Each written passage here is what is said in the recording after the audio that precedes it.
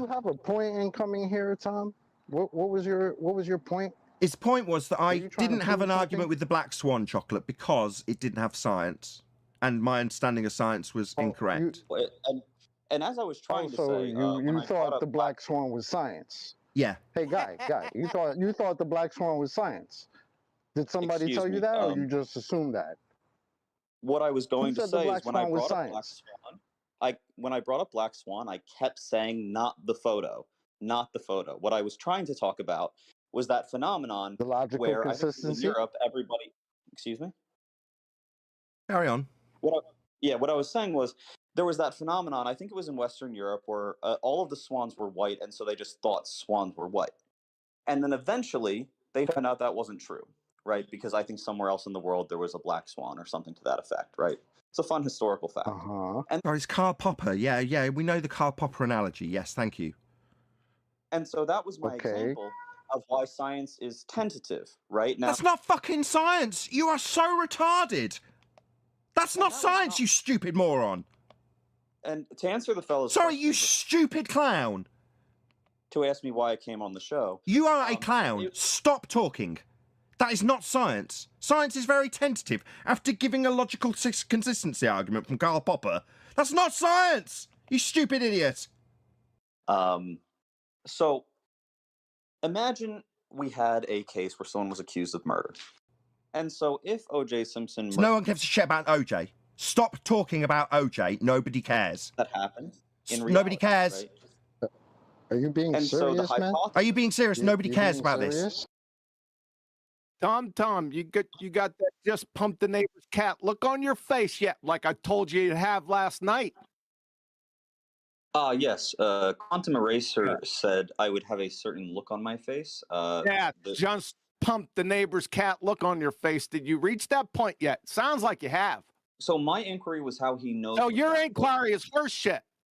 Your definition of a hypothesis was incorrect. It's not a falsifiable explanation. Let's go through this. A hypothesis isn't a falsifiable explanation, you clown. It's not an explanation at all. It's a predictional supposition in the natural cause and effect relationships. Also, your appeal to induction. Science has nothing to do with induction. Karl Popper said it doesn't have nothing to do with induction, and his friggin' trophy proof was the black swan. All swans are white. You clown fuck.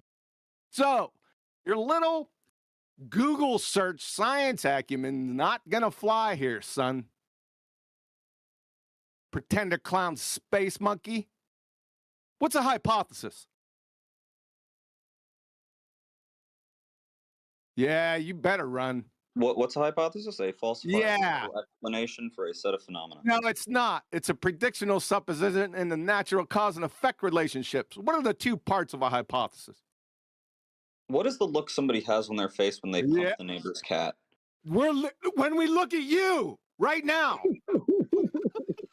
The kind of look that somebody who doesn't know what the fuck to do would start babbling on about O.J. Simpson when they're asked about what science is.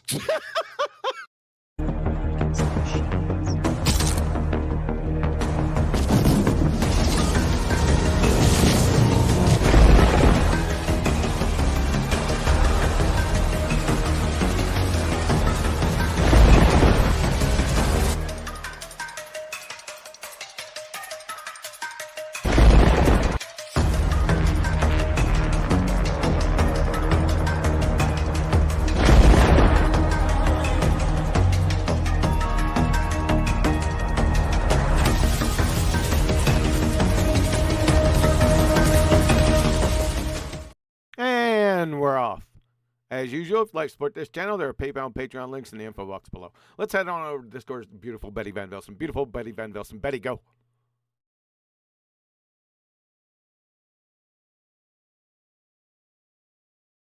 Uh-oh. Now, Betty. Wait a second. I see you're in here. Where are you? Did I mute you?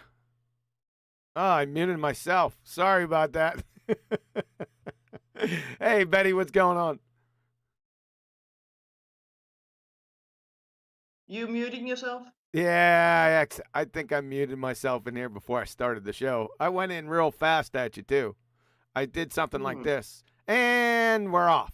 As usual, like support this channel. There are PayPal and Patreon links in the info box below. Let's head on over to Discord and go to the beautiful Betty Van Vessel. Betty Van Vessel, go. And then nothing. Yeah, then nothing. I said, wait a sec. Did she skip out on me again?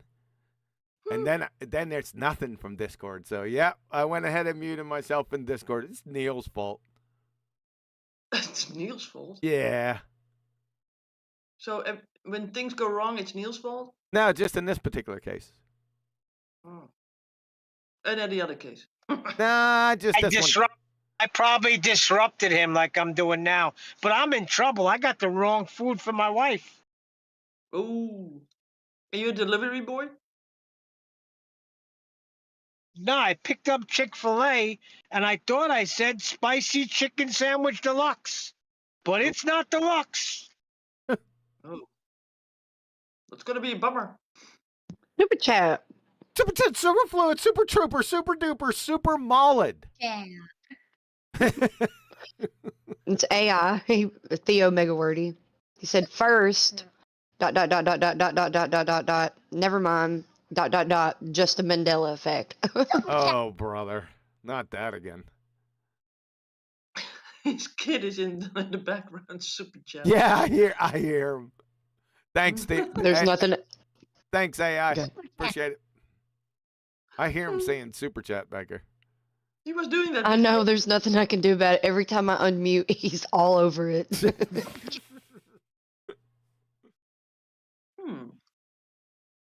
Oh, well, this is a catch-up, Joe.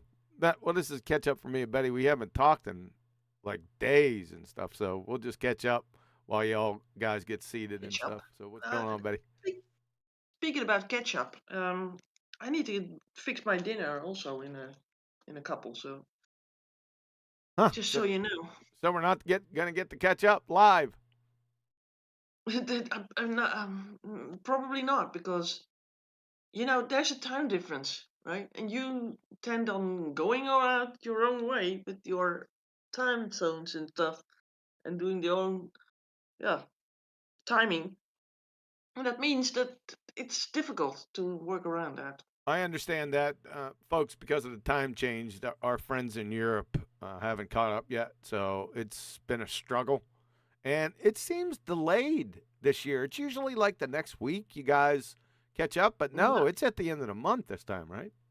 No, it's always at the last of the last weekend, full weekend of October, or the last full weekend in March. In Holland. It's always that way. I thought yeah, but you follow us a week. We're early this year. Are we? Yeah, you guys are early, and 3 weeks early instead of 2 weeks. So yes. So you're saying it's our fault? Yep. Well, fault. I don't know if there's fault involved, but it's still weird that it happened this way.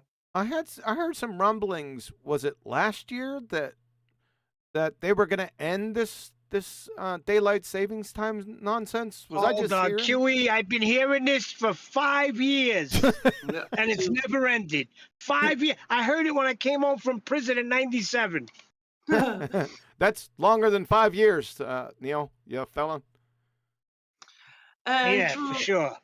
And true, it was here. I think 2 or 3 years ago that they said in our parliament that that we could let go of these time zone stuff, but they said, well, we scheduled for over a couple of years because it's a difficult topic and we can't sort of handle it now. And I'm thinking, okay, but the difficult topic like going to war or drumming the war drums, right, for Ukraine and war and all these other things, those are easy topics, right? We don't postpone those for a couple of years, right?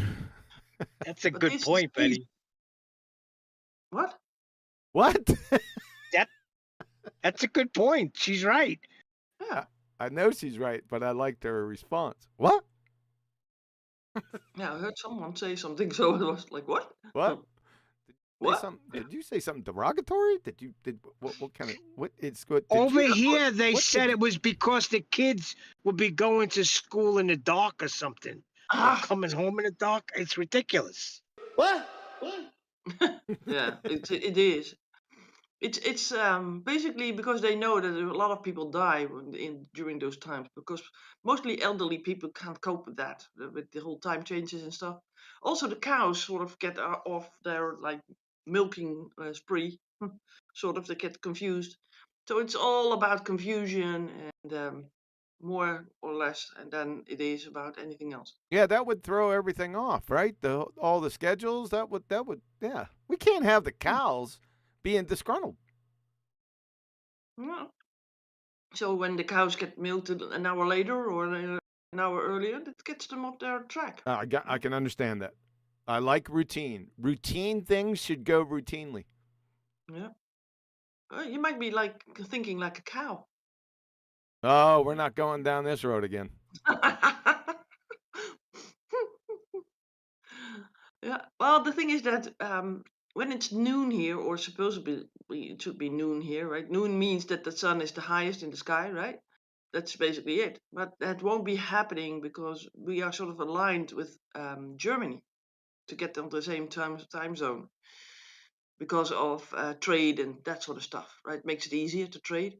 But we are more aligned to be on the time zone of England, right? And they don't do that. So if they keep one of the time zones either aligned to Germany or to make the one with England, it has consequences also for trading. Huh. Very interesting, but true. Well, I just want them to stop it because it's a pain. As I'm getting older now, it's starting to take more. Yeah, that's what I'm telling you. Many people die because of the time changes. Yeah, I'm starting to they get depressed. Even though it's only happens twice a year, it's aggravating. Yeah, and they steal an hour. Friggin' time! They're friggin' time bandits. Yeah. Well, they steal it now in a weekend where it's a long weekend because we have Good Friday on the Friday, the Christian feast, and on Monday there is the second Easter day, we call it. You have 2 of everything over there. How many Christmases you got? Like 3? 2. 2. Yeah. Yeah. How many 2 New Easters, Years? 2 Pentecosts, 2 Easters. That's why they call it double Dutch. That's a good one, Neil. Yeah, I like that one. Yeah. Well, the funny thing is that we have, I think, from most of Europe, the least 3 days off or holidays in our schedules than other countries, right? Oh, really? That's pretty interesting. That'll give I'll keep the audience's attention. Good. I think that Norway or one of the Scandinavian countries have like 36 days in a year extra days off. Really? Also, Italians also have many days off, and we don't have that money. What about And Americans? also now King's Day, that was usually Queen's Day, is now in the weekend, and it doesn't give me an extra day off. And also every 5 years there's delivery day. How do you say that? D-Day, sort of D-Day, right? That we were delivered from the war and whatever, and it's also now in a weekend. So that's usually also a day off, but now no. So they change the date every year? That's a ripoff. No. It's not that. But we have now. How do you call that? A leap year, and then things sort of jump, right? So we have an extra day to work in February, but the some of the holidays that could fall during weekdays now all fall in the weekend. Huh. Yep. Well, how many holidays does America have? Anyone know right off the bat? I think you guys have the least. Really? Really paid days off, right? Yes. Maybe you can Google it for you. I'm not Googling anything. My tummy hurts. America. I got a stomach ache. What did you eat?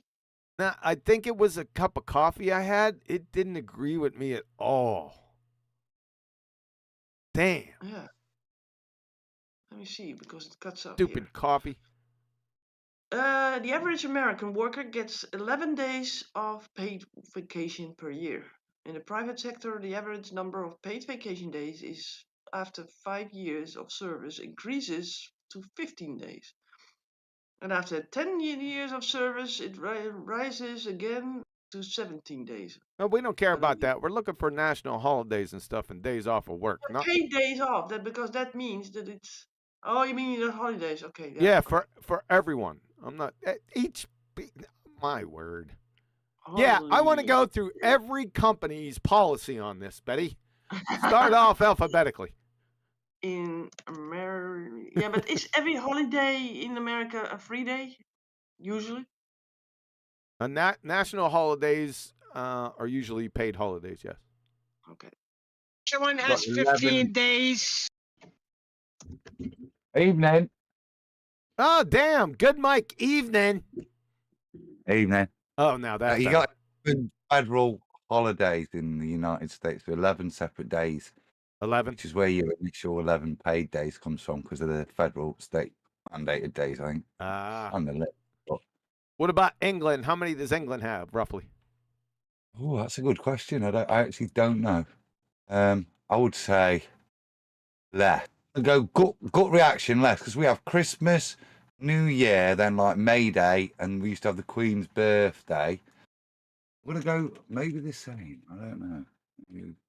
Ask ChatGPT. I've not got opened her up yet. I'll just Google boogling.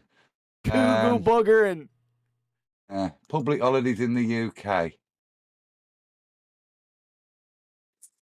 Federal. Is it federal holidays then? Yes, in the US. Okay. Then you guys have 11 of them. Thanks. Or 10. 10, sorry. 10 recognizes 10 holidays. However, several things can affect when you observe your holidays, such as your alternative work schedule, blah, blah, blah, blah, blah. Sure. Okay. So, January 1, New Year's Day, Martin Luther King birthday, the third Monday in January. Yeah. Washington's birthday on 3rd. Why? Memorial Day in May, on the Monday. Juneteenth, National Independence Day, June 19th. Independence Day, July 4th. Labor Day, first Monday of September.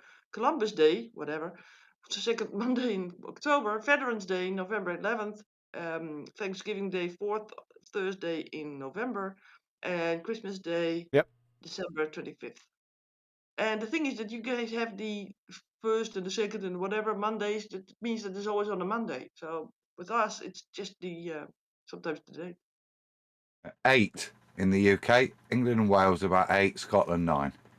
Wow. Yeah. Who's got the most? Who's got the most? And let's move there. Oh, no, I think Betty's probably not bad. You need India about 15. Somebody was trying to get in there. Go ahead. I said India. India. Here. How many? Damn, it's been a long time, Flat Earther. Hey, hello everyone. Hello. How many holidays India have? About 12, 13, I suppose. 12 or 13? You can't have more than we do as Americans. Why not? I mean, it's the rules. So what I was thinking is that you guys are really old. You care so much about these holidays. I do not really care about these holidays, and I get them whenever I want them. But you have been living so many years of your life that, yes. I don't really care about them now because I stopped working in 2010. Every day's an off day for me. So I was just, appealing to my audience, the target audience. So Nepal has the most official number of holidays, public holidays in the world. 35. Got the top 10, Betty. It says 35. So. Oh, that's a big number. 35 for Nepal. Yeah. 32 for Colombia. Then offers not far out. You only got just a bit island hopping. Sri Lanka, 26. India, 21. Whoa. Weren't far off. Argentina, 19. I wonder if one of those is Hitler's birthday. Brazil, 18. Bangladesh, 16. Uruguay, 15. Philippines, 14. Thailand to 13. And then it will be you guys. Wow. Yeah, so Italy has 12. One more than we have. But I've heard somebody said something about that, and they had a lot of them. So and you know, and also if it's every like Monday or every like Thursday on which month, I mean that means that you certainly have that day. But with us, if that day falls in a weekend, some of these days, like for example Christmas, we won't get any extra. Oh, that's we do. No, we do. We don't get bummed like that. Yeah. If say Christmas Day falls on a Saturday, you get an extra bank holiday on the Monday. Yeah, there you go. Yeah. Yeah. See, there's something we are being like screwed over here. Yeah, Labor Day and Memorial Day were always 4-day weekends. I don't get it. Why is Labor Day a day off? Because it's Laborless Day. See, there you go. Yeah, but those are all, there's no logic in that. Huh? There's always 4 days though. Those two holidays right there are definitely 4-day weekends. So it goes from the Friday beforehand. So maybe that's not that we should add a couple more because they're not I don't think they're official, but even in the military we got those off. Yeah. So it's difficult, but then again, we do have like 20 days holidays. So you got 20 days sick days. You do. No, 20 days that we can schedule ourselves during like every year for 3 days. 3 days. What are you talking about? I know I'm going to hate to ask this question. What do you mean? Like I said just now, 3 days, like paid days that you can just schedule for yourself, like holidays, but then not on a feast day, but just. Everyone in Holland gets these random 20 days? I think most of them, yes. Yeah. What kind of shit is that? Everybody's entitled to 4 weeks paid holiday, aren't they? Yeah. Certainly here. Yeah. Really? Right out the gate, even new workers? Yes, yeah. Oh, no. You have to work first, and then you get the days after the days you work. I mean, okay. Well, okay, let's say I'm 18 years old. I just entered the workforce. I get 4 weeks of holiday, paid vacation. If you work that year, yes. You get 4 weeks, yes. If I have to work 1 year. Yeah. Well, no. Technically, you get in that year that you work, but you have like a contract for a year, and then you work that year, right. And then you get those days. So supposedly, suppose that you would be fired at some point because, well, whatever. That is basically not so easy to do. But suppose that you would, within a half a year, then you have to basically, you get cut on the last month for the days that you didn't work for. I think we understand what you're saying. Okay, well that's not that bad then. Yeah, that's not that bad, no. Okay. And you guys only get 11. You guys want to get a what? You only got 11 days. And max, I think, 19. Oh, we're getting ripped off. Well, I don't get ripped off anymore, but yeah, getting ripped off. Yep. Yeah. That's one way or the other. We get ripped off here in Europe. Not you. We here, Americans. We're getting ripped off. That's the American way. The white Western world. Let me say it that way, if it's not too racist. Did you say white Western world? Yes, I did. Jeez. And everybody that accompanies us. Yeah. Right? I think that's unfair. There's a lot of people hidden in the background that have worked very hard to make sure that the West is no longer described as white. Yeah, Betty. Yeah. Tell me about it. Yeah. Tell me about it. And the thing is that these people have all days free off because they don't work right away, or even at all, right? But that's another. Yeah, you'll have that. Yep. Let's get to my tummy ache. I'm not feeling too good, man. That freaking coffee messed me up. I should ditch that coffee. You never take coffee. I've been trying it. Wife's got a new coffee maker, and every once in a while I'll go out there. I'll say, let me have some coffee. But it did not agree with me. And I drank it like 2 hours ago. I can still taste it. You should drink paraplegic coffee. The hell she put in that trying to get a hold of you to send you some. What? Did somebody say my wife put something in my coffee? Oh, the hell she put in that coffee? That Sugar coffee? and cream. No, black. I like my coffee the way I like my women. Black and cold. Hey, my boy in the dark. Let's go. I like my coffee black. Is that as well. intensive Care Bear? Hey, what up? What up? Oh boy. Don't. Hey, someone turn my soundboard on in here. No, I was gonna say none of your soundboarding's over here, dude. And I'm out. Yeah, I'm out. I figured. He's the king of the soundboard. I stole it from him.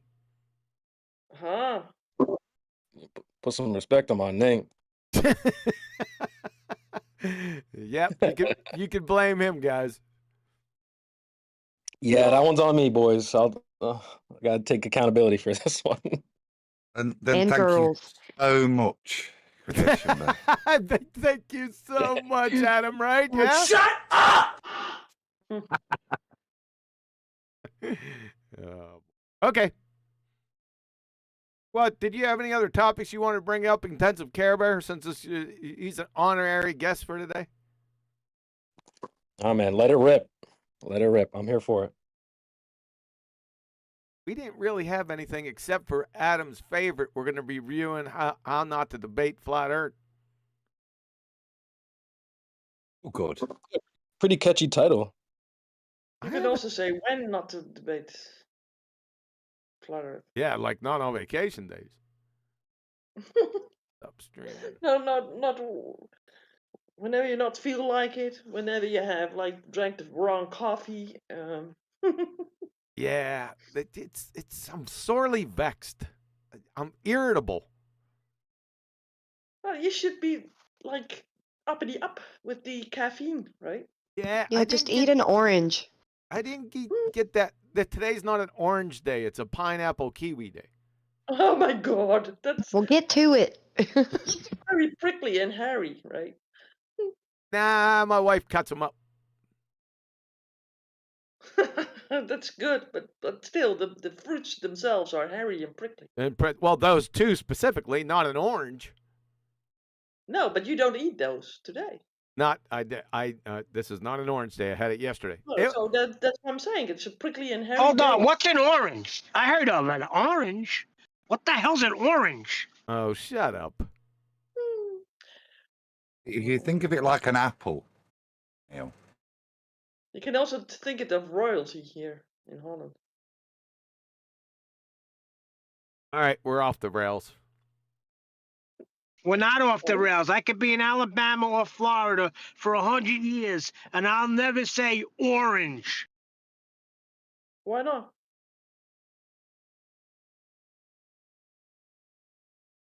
Is that it? What would he say then? I mean, what's wrong? I guess that was it. Oh, Talking to me? yeah. Yeah, we're talking to you. I just say orange. That's the way I brought up saying it. Orange. Yeah. A-R-E-A-N-G. Orange. Orange. Wrench. Orange. How about orange? This is stupid. And how can you have a cup of coffee that's not good? I don't get that. Me neither. Yeah, me too. Me neither. It's one of those. What's a? You know, that coffee in a little. What do they call them? Little espresso. No, it's not espresso. Keurig. The Keurig. There he goes again. Stop it. I did that for Adam. It's espresso. I know that. What do they call them? The pods? Yeah, Yeah, the cake. Keurig. Got the Keurig. Got the pods that go with the Keurig. Yeah, you got it, Betty. That was me, by the way. So now you're Betty. I was me after I heard you. They all sound like me.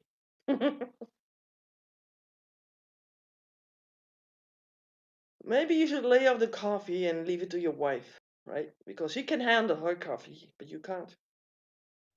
Yeah, I'm just gonna let her talk to you like that. No, I always let. What am I gonna do with her? Slap her I'm gonna tell you around what to it. do. You don't need the Keurig. You got the machine. Get your Valia pods. You'll never go wrong with your Valia pods. They fit in the Keurig machine. Shut up, Neil. It's smooth. I went back to a drip pot, so I don't use the Keurig anymore. I have one, but I don't use it. Why don't you use it? Because I don't like the pods. I'm not a fan. Actually, now that I went back to the drip pot, I grind my coffee fresh every day. That's nice. We did that Oh, that's good. Yeah. all the time back in the day. Shout out to Bear Pelagics Coffee. I'm a bean to cup man. It's I used to have today. pods.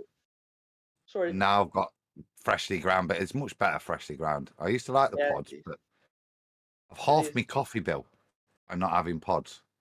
To buy a posh machine, but I'll pay for itself in 6 months. Huh. It's the same thing with the computers, like the printers, right? The printer is like not so expensive, but the cartridges are. It's the same with the coffee and the cups and that you put in the coffee thing, right? It's very expensive. Just get a reusable one. Just get a reusable one. You can fill your own ground in if you want to use that Keurig machine. You don't have to use those pods. You just get a reusable pod. I actually have that. Yeah, it's good. Do that. I have the reusable one. You just fill it up, coffee. you put the top on and drip it. Bada bing, bada boom. If you're stuck with that Keurig, that's the way to go. Yeah, I don't want to talk about this anymore. My stomach's hurting. Bada bing, bada boom. I like that one. Bada bing, bada boom. We're torturing you. It is. It's nasty, man. What the piss? Honey! She gave you some flavored stuff, huh? That was some flavored coffee. No, I don't like Yeah, flavored coffee's no good. Shut Flavored up, coffee Neil. sucks. Shut up, Neil. I didn't Maybe get. should be some liquor Do I in it, look huh? like a flavored coffee guy to you? Never. I don't even don't know, think you man. have hazelnut syrup. You're kind of fruity sometimes. If you don't want to talk about this, why don't you ask Elder Bear something? That should be interesting. Why should I ask him anything? What's with agent provocateur there? You don't need to provoke any. I told you he's not going to like it because my stomach's upset. I don't put up with horse shit just in general when I'm feeling good. Right now, if he says anything stupid, I'll tear his ass up. So it's better that he doesn't say anything. Did you eat the horse shit that if it's that you like sits on your stomach? I need something. An Adderall drip? My son is going to town on sunflower seeds right now. Yeah. The Adderall drip did it. Yep, here he goes. Oh, that was you, Betty. Yeah, I was.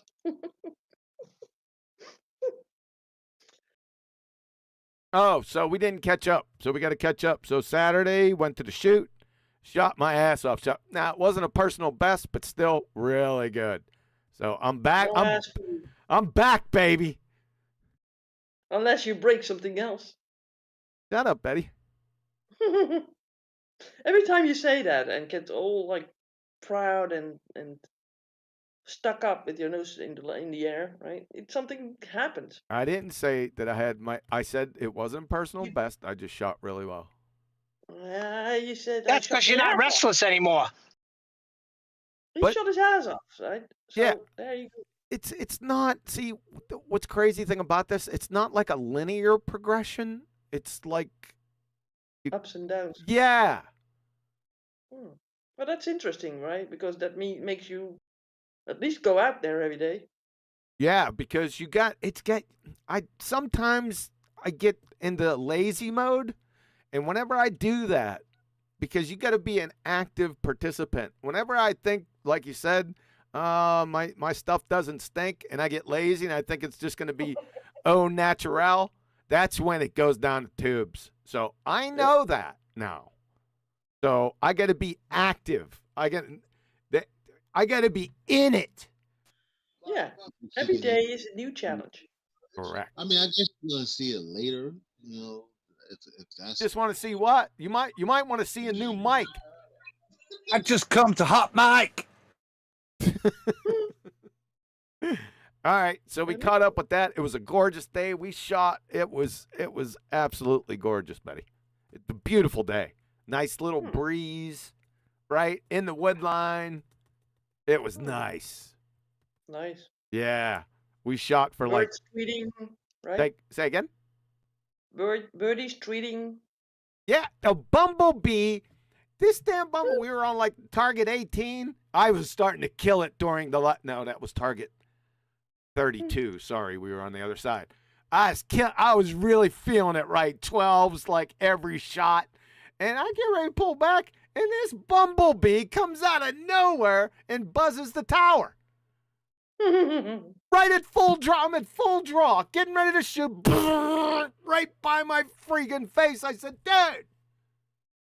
And I had to, let the bow down, and he had buzzed over to the, over to the tree, over to the side. Then he left. Everyone was giving me a hard time. I said, what do you want me to do? Then we buzzed the tower.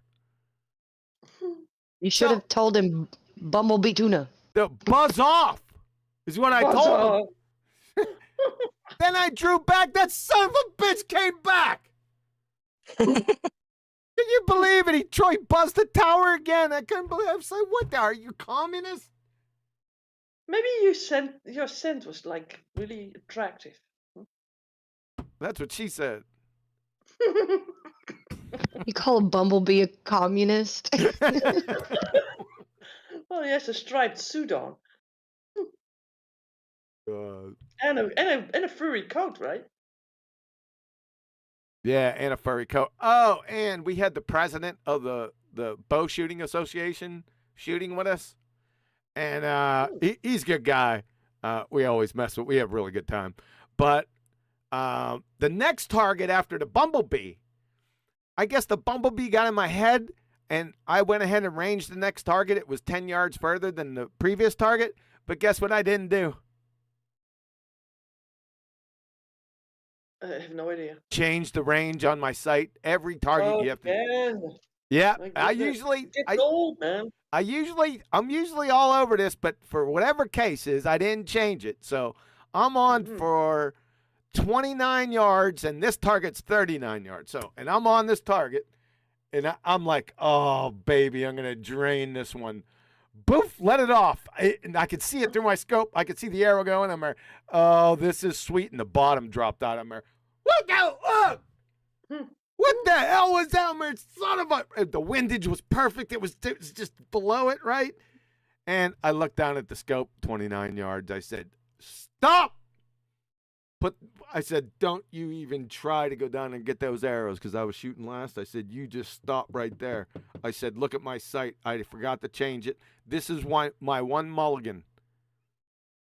I get a mulligan for this shot. He's there. You don't get any mulligan. I said, Mr. President, I said, I'm taking this damn mulligan, whether you like it or not. And I looked at him dead in the eye, and I said, I don't want to hear any shit from you. I pulled out another arrow, and I 12'd that sumbitch.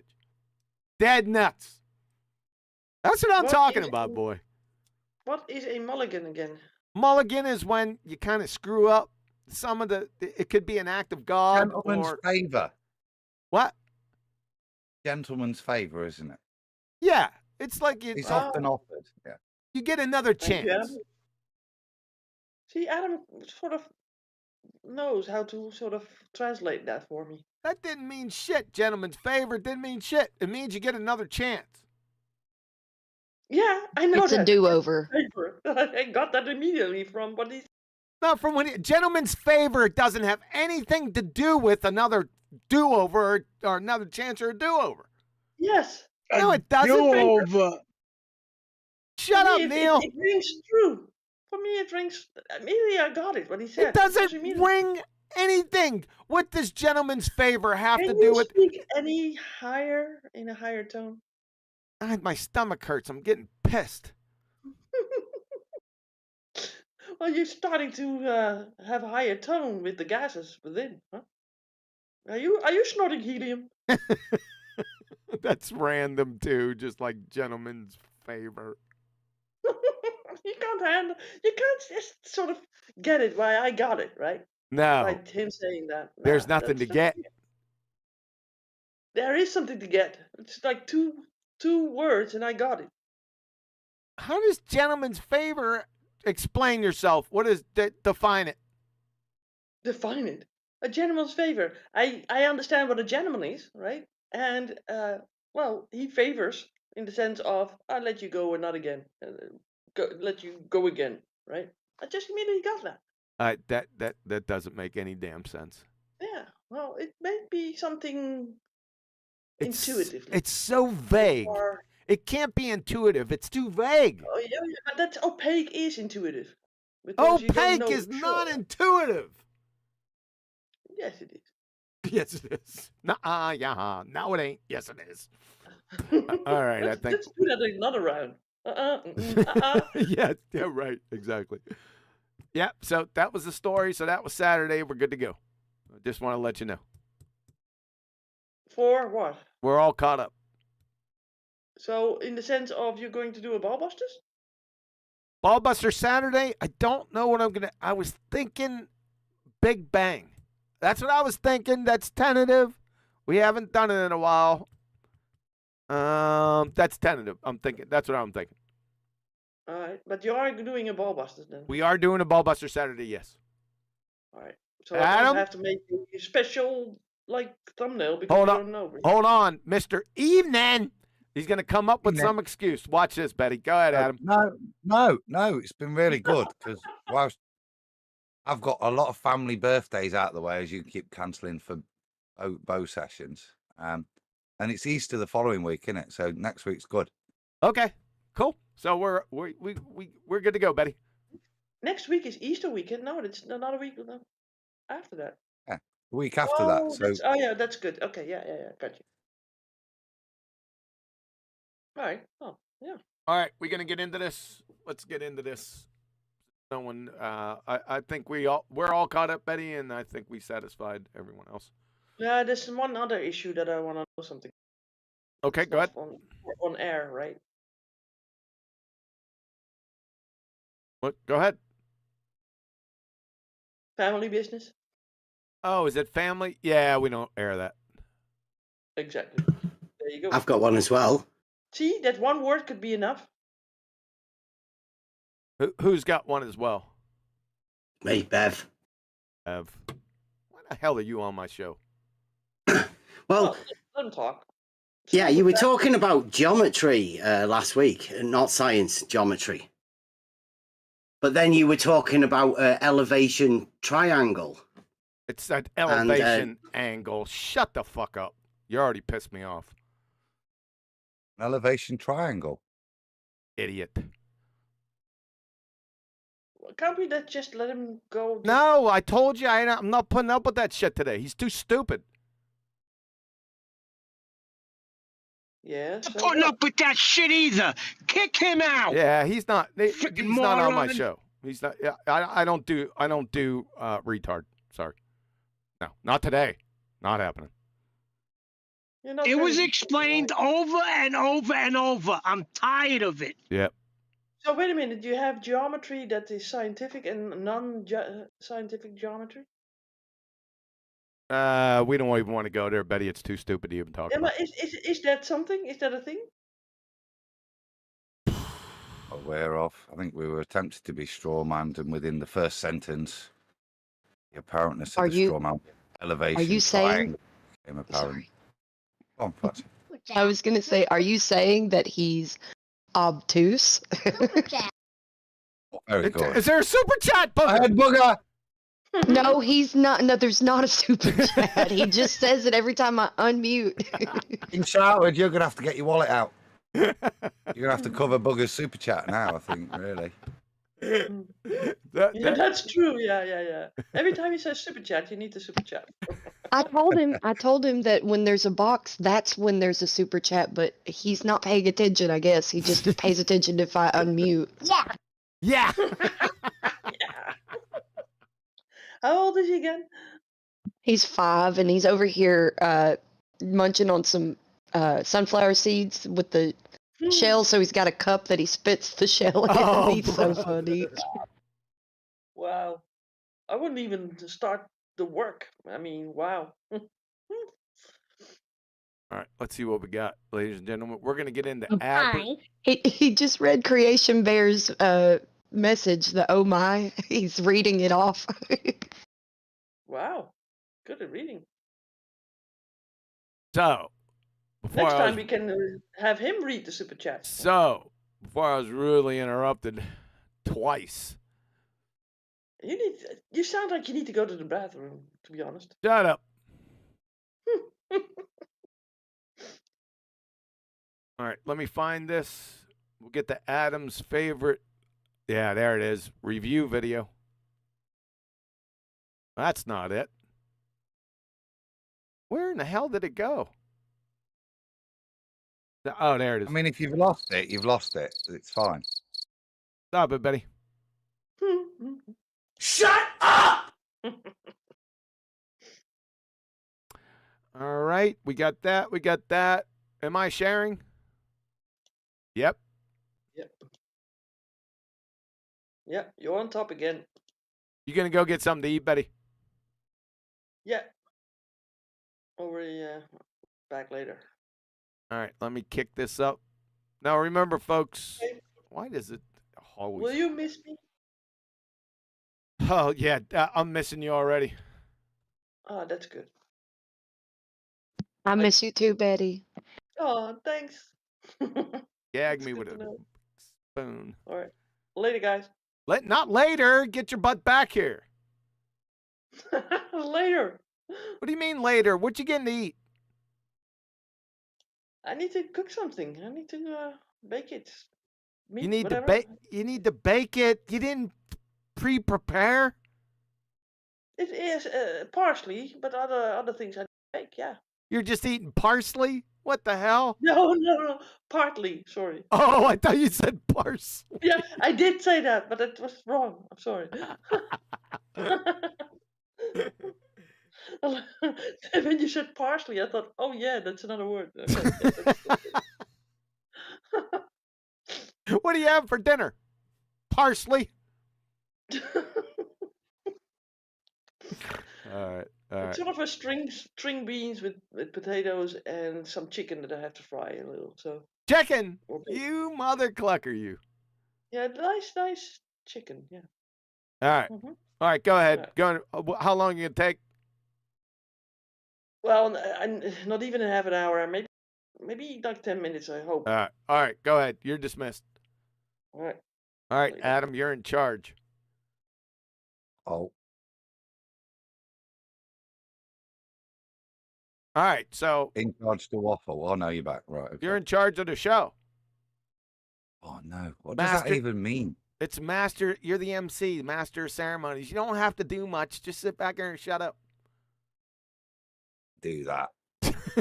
No, I'm only kidding about it. Okay. So this is how not to debate flat earth. This is from last week. Remember, I told you guys we're going to go through this thing. This is 4 hours long. We got 31 minutes and 54 seconds into it. We got Austin Whitsitt. We got Hanoi Gerain and Will Duffy. Brian said that was an Irish. Is Duffy? I guess that is Irish, isn't it? It is, yeah. All right. So now I haven't listened to this past this mark. I have not gone further. I don't know what's going to happen. So I think Brian said he listened to more and he said it was going to get. What did you say, Brian, specifically? I actually your man Will Duffy just gets worse. That's the best way to describe it. I gotcha. Yeah, see, this guy over here, he's a Dunning-Kruger numpty dipshit that's been in flat Earth for 2.5 years or something like that. He did a deep dive, and he doesn't know the size of his Earth. If you can believe it. I mean, there was some other stupid stuff in there. Just go back to the last Tuesday show, and you'll hear it. But he's a real Dunning-Kruger delusional nutbag. He's the guy that I would view it different. I would view him as a total liar. Oh, you think he's lying? Oh, absolutely. A total and utter liar. Yeah. All right. Go ahead, Adam. Waiting for the button. That song keeps being in my head. Play it all the other day. You and you. Why are you lying? So, the thing I'm trying to remember last week is he's a Bible-believing Christian because we checked up on he's a Gate Kingdom Fellowship. Yes. Pastor of that. And he's come to discuss flat Earth, but from a new perspective because he doesn't do science. I don't really understand that thing. That's correct. Way to go, Adam. See, you remembered all that. Yeah, he didn't want to discuss any science or anything like that, even though this topic doesn't have anything to do with science. So he was right on point with that. And he's not a Bible believer. Hold on. Hold on, Brian. Go ahead. Neil. Time. Super chat. Yeah, that was brilliant. Yeah, Booger did it perfectly that time. So we got 24/7 Flat Earth Discord shout out. Super fan, super flat, super thankful for your work. Oh, yeah, we are. Oh, that was very nice. Who was that? It says 24/7 Flat Earth Discord. Is it? Don't we have people, not like organizations and stuff? Maybe they want to go anonymous. YouTube. Shut up, Neil. And the guy's not a Bible believer. Jeez, oh if man. He is, I wanted an answer. Bringing that into question. Okay. Let me go back. Let me go back. Jeez, oh man. Can't answer simple questions. Okay, now I'm back on the screen. Thank you very much, 24/7 Flat Earth Discord, whoever that was. Appreciate that. I asked a question and then receive an answer. Again. All right. Here we go. So that was a good introduction to Will Duffy. Maybe missed a couple points, but super chat, super fluid, superstar, super glue, supernova again. It's AI or Theo Megawordy. He said flatsy abstruse with the sunglasses emoji. Abstruse. That must be an inside joke. Well, when I said, is he obtuse? I think that he's playing off words. Ah, I gotcha. All right, we ready to go with this? Nice. No, I have something to add. Go ahead, you can rumpus Adam. I'll leave Adam go first, then I'll go after him. Probably better in that order. Abstruse is difficult to understand. Obscure. Nice, thank you, Adam. Brian? Yeah, what the guy Will Duffy does, his whole game is making a lot of claims, and when someone asks him to support something or back up something or something, anything, he just goes, "Oh, I don't know anything." So he doesn't know anything, but he claims everything. You know, this kind of thing. I don't know anything. I forgot too. He also shifts the burden of proof. He asks you to support his claims. Remember? Oh yeah, he's just no end of that. Yeah, I'm not a scientist. I don't know science. Yeah, but more What are important. you saying, Neil? Go ahead, Adam.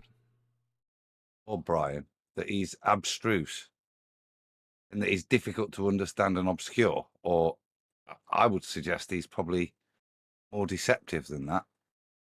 Yep. He was purposely not prepared to discuss the topics and set up a disclaimer so that when he was about to get into trouble, he could just deny all any knowledge and try and move the conversation on. As I remember his modus operandi, as it were, how he was playing the game last week. That's the point I was making. You guys are giving him too much credit. He's just stupid. Look at him. He's a dumbass. Yeah, I take back everything. He's just an idiot. Yeah, he's a moron. If you take his collectively, if you take his work here over this 4 hours, he's delusional. He's a delusional Dunning-Kruger moron, dudes. But each their own. So we'll get into it. Be going. Well, I'm not in opposition to that statement. I was just, I think you might recognise it. He's a bit thick, hence why he's put the disclaimer in. Just like I said, is strange to turn up to say, "Oh, but I'm not going to discuss any details." Yeah, it's stupid. Really clever. It's not. This is as far away from clever as you could possibly get. Here we go. But only from an outside reference frame would they be curving, because they're going through the curvature of space and time. That's what Einstein said. You replace Newton, who said an object will keep going straight unless an outside force acts on it. Your model cannot say that anymore. It was debunked in Michelson-Morley. Guess what they do with their... Okay, so Witzett's giving him a model again. He doesn't have one, but he's getting one from Witzett. Physics and equations. They account for circular paths, for actual curved paths with an actual inertial force acting on... Oh, I forgot about the inertial force. Oh boy. This is moronical on his part. Did we get any answers for that inertial force? Anyone? No, we didn't. And is he bringing up Michelson-Morley? I don't think so. I don't know. We'll continue. On them. Einstein says there is no force, and that objects will curve in the geodesic of space-time. So, I mean, I know that you did basically like offer an olive branch of sorts that you're not going to know all the technical stuff, and that's fine. I'm just telling you that this is just a fact. How about this? I'll read a quote. You can think about it, and if you can just admit you don't know that much about it, then we can go. We can move on. But it can't be invoked as some type of exclusive evidence of the heliocentric model, because they're not. Yeah, I'm arguing right now that satellites are real. Oh boy. And people that have satellite internet are evidence that satellites are real. And that's a bit circular, don't you think there? Well, satellites are real because people who have satellite internet prove that satellites are, that's just stupid. I mean, it's worse than 2015. Just your average skank and foul argument. And then all I'm suggesting for the audience sake here, Austin, is that we can't find anybody that works for any of these companies that's... Have you been searching for people that worked for any of these companies?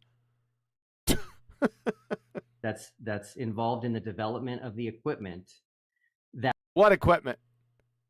So you're searching so he's searching for people of this unnamed faceless company that's involved in the making of the equipment. So the manufacturing side, right? That's Adam. Did you have something? So we've got an argument from ignorance. I can't find anybody to support your supposition or straw man that I'm going to build for you. Therefore, satellites real. Again, where do you go here?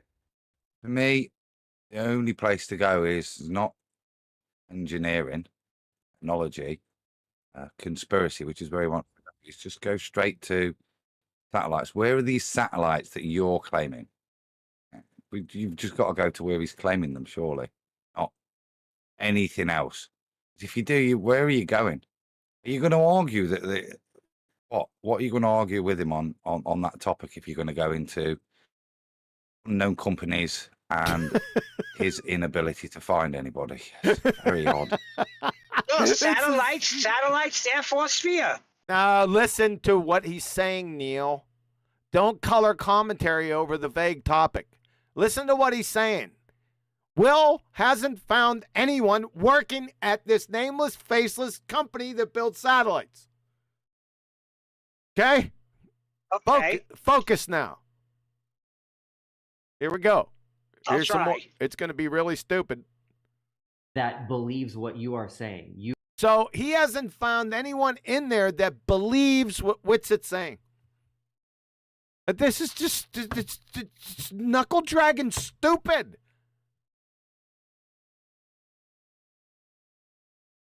You and other flat earthers are the only ones that believe. You and other stereotype fallacies are the only ones that believe he's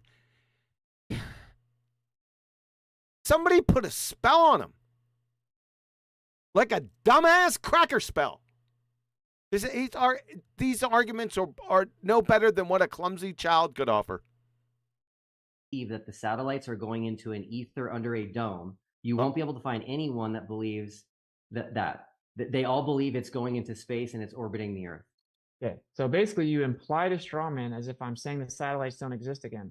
That was what the script you thought I was going to say was, but I understand why a lot of flat earthers deny them, and I'm not even claiming that they're real because there are a lot of satelloons, and when Google gave internet to people in remote areas, guess what they use? They use balloons. It's called the Google Loon Project in 2018. Why do we have? See, we were in this back in 2015 and 2016. Why are we back here again?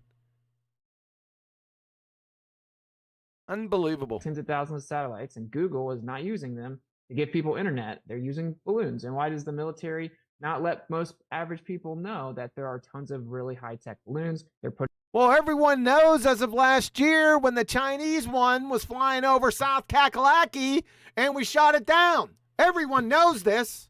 Now, not rocket surgery.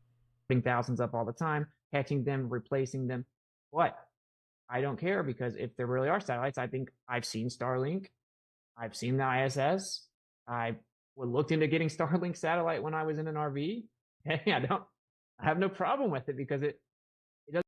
So he's seen all these things. How far away was it? Did anyone do distance? The ISS, you saw the ISS? Really, how far away was it? Answer, far away. Neil, your problem is, hold on, Adam. Neil, your problem is you don't read hardcover books. Go ahead, Adam. No, it's called Starlink, but I don't think it links the stars. What is this guy's argument that because he can pick the internet? This is what I'll be asking. Can you just clarify your argument? Because you can get this thing called satellite internet, therefore we can have things in a vacuum next to gas pressure without containment. Yes. Yes. When it boils down to it, yes, Adam. Correct. So that's the proof of a violation of the second law of thermodynamics is at this unknown company, he can't find anybody to agree with Witsit. Yes. And his satellite internet works. Starlink. Yes. Pretend that the words that are used definitely mean that's how he gets that information. Yes, that's the depth that we're at here, Adam. Yes. Can I answer one of your questions, QE, real quick? You said you were in the argument. Why were in the argument from 2015? The reason why we're still here is because not everyone knows that Earth is measured flat through celestial navigation. That's the problem. I don't think that makes any sense either, Neil. How so? Well, your premise, your conclusion didn't follow from its premise. Well, not everybody knows. They fight against it. They deny it. So that's going out on the internet. Not everybody's getting on board that Earth is measured flat. How does that cause? So you're going to be in 2015 arguments. How does? Yeah, that doesn't. There's no connection there, Neil. You tried, but it failed.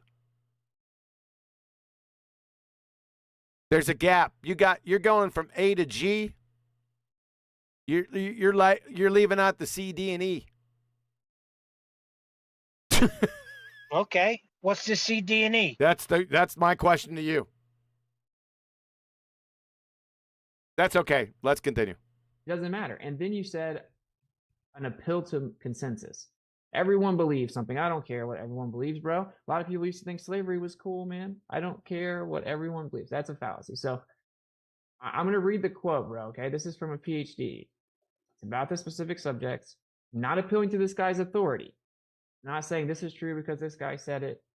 Okay, That's not an appeal to authority fallacy. He doesn't know what an appeal to authority fallacy is. Witsit doesn't. He just, you want to hear that again? Appealing to an authority fallacy isn't stating that I'm not saying that because what he said, it's true. That's not an appeal to authority fallacy. Appeal to authority fallacy is when you're appealing to someone who is not a subject matter expert on the topic. Adam, did you have something to add? I was just going to say, I think you'll find that my dad says you're wrong.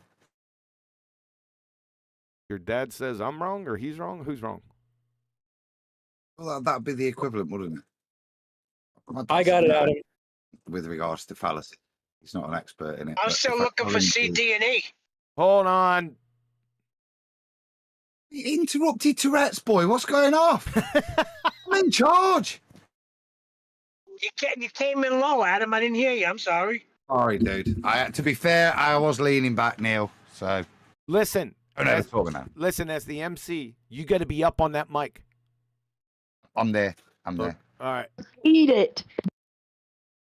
Eat that mic. All right, here we go. saying that this is the facts, and here's that PhD that'll also tell you. But do we agree though that do you understand my position? I'm not claiming that they don't exist. Mm-hmm. Not making positive claim that they do exist in any certain way. Mm-hmm. I'm saying that if they did exist. Well, if they did exist, you got to. What paradigm are we speaking to? If we're talking about his paradigm, the satellites exist in the vacuum of space. Right? You have to put this into context. You're arguing against his context. That's a second law of thermodynamics violation. Everything else is just nonsensical bullshit. That's where you need to go to kill it quick. They're not exclusive to your model. He doesn't have a model. Stop giving him one. Unless you can show their model, Witsit. Actually, they're the opposite. They would have to be on a geocentric model. Now we got a geocentric model. What is going on here? That's rhetorical. We know what's going on here. And have you heard of? Are you pulling up the quote or no? Yeah, I just have like 300 here. Have you heard of Project Echo? Well, no. So Project Echo in the 60s was they put up gigantic balloons. They were 100 foot, one of them, Echo 1, 135 feet, I think Echo 2, in diameter, huge. And one of them was active, meaning that you send a signal to it, it receives that signal, amplifies it, and then transmits it back to Earth. So it's very possible to use reflective balloons as satellite bounce stations. So just because you've never been told that doesn't mean that that's not what they're using. Why do you have to even go there? Don't know. But what's that at? Balloons as satellite bounce stations? Yeah, we've got a reversal of burden of proof fallacy now, haven't we? Because what's incumbent upon the flat earthers is to demonstrate that so-called satellite technology is achievable through balloons. Yep. Instead of dealing with the argument as to whether or not you can have a second law of thermodynamics violation where you place these things that otherwise would be on balloons. The MC is friggin' smoking, buddy. Right on point. You can stay. Very simple to point your dish up at the sky. They send a beam to that balloon, bounces back to your dish. Amen. You have internet. Up to the balloon. Something on the balloon or the balloon itself? Or are you familiar with incident rays and reflections? Just talking out your ass, Hanoi Drain. That's all you're doing, making an idiot out of yourself. You know, it sounds benign if you're just listening to this, you know, off in fairy tale Neverland. But if you pay any particular attention to what he's saying right there, it is abject dumb shittery. And like Adam said. Tell him again, Adam. So we're now dealing with the reversal of burden of proof fallacy. This Will Duffy somehow bullied Jaron and Austin into turning themselves into satellite balloon engineers to describe and support flat Earth. Jedi mind tricked them. Yep, there you go. Continue. Or TV, or whatever you need. Or there are tons of balloons up there, and Google proved you can use internet for it and stuff. But here's the quote. Jaron, I'll share the screen. I don't know if you can show it easily or not. Yeah, sorry, but... I can too. Sorry. All right. It says, again, once more for the record, it has been shown at least 6 different ways this century alone that the equations in physics used by NASA. This is bullshit right now. There are no equations of physics. And he's an astronomer, so this is a pseudoscience quote. So what does this have anything to... Now, this would be an argument from ignorance fallacy because he's not a subject matter expert in the topic. Everyone follow that? Because he's a pseudoscientist. Hope everyone got that. The launch satellites are identical to the equations derived from a geocentric universe. Thus, if the space program is proof of anything, it proves geocentricity and disproves heliocentrism. The evidence for heliocentrism is even weaker than the evidence for evolution. Evolution! Oh, man, I did. Nice. What's that? What's evolution there, astronomer Gerardus Bow? This is a train wreck. This whole thing right here is a train wreck.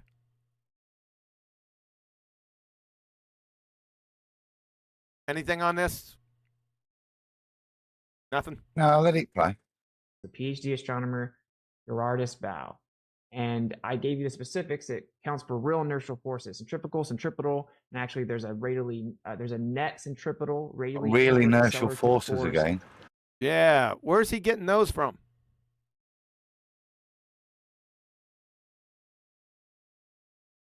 Where's the inertial reference frame? I guess those are all rhetorical. Everyone's being quiet. Okay. And then a Euler force. What he's referencing when he says that we've got them, but I don't know where and what we've got. And I wouldn't suspect for 1 second that Will Duffy has got any idea. It's called Jedi mind tricking. Just keep saying real inertial forces and maybe it'll be true. You learned that trick, Platsy. Yes. 1 second, guys.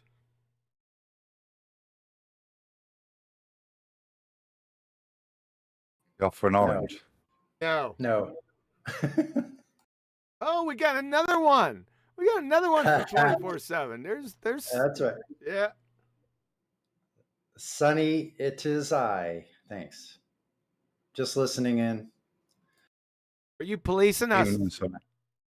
I guess you could say that. I'm using my own authority to check yours. No, just kidding. No, that's fine. I don't mind that. That's no. There's no one above. Shut up. There's no one above reproach here, so I don't mind getting audited. No, I'm just joking. No. I'm just casually listening. Okay, fair enough. Yeah, just hanging in there. Is Intensive Care Bear still here?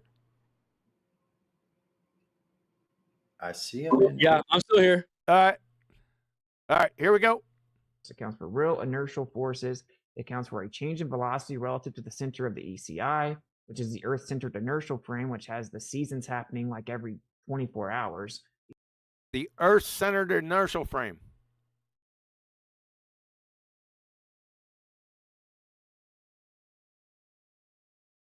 Nothing?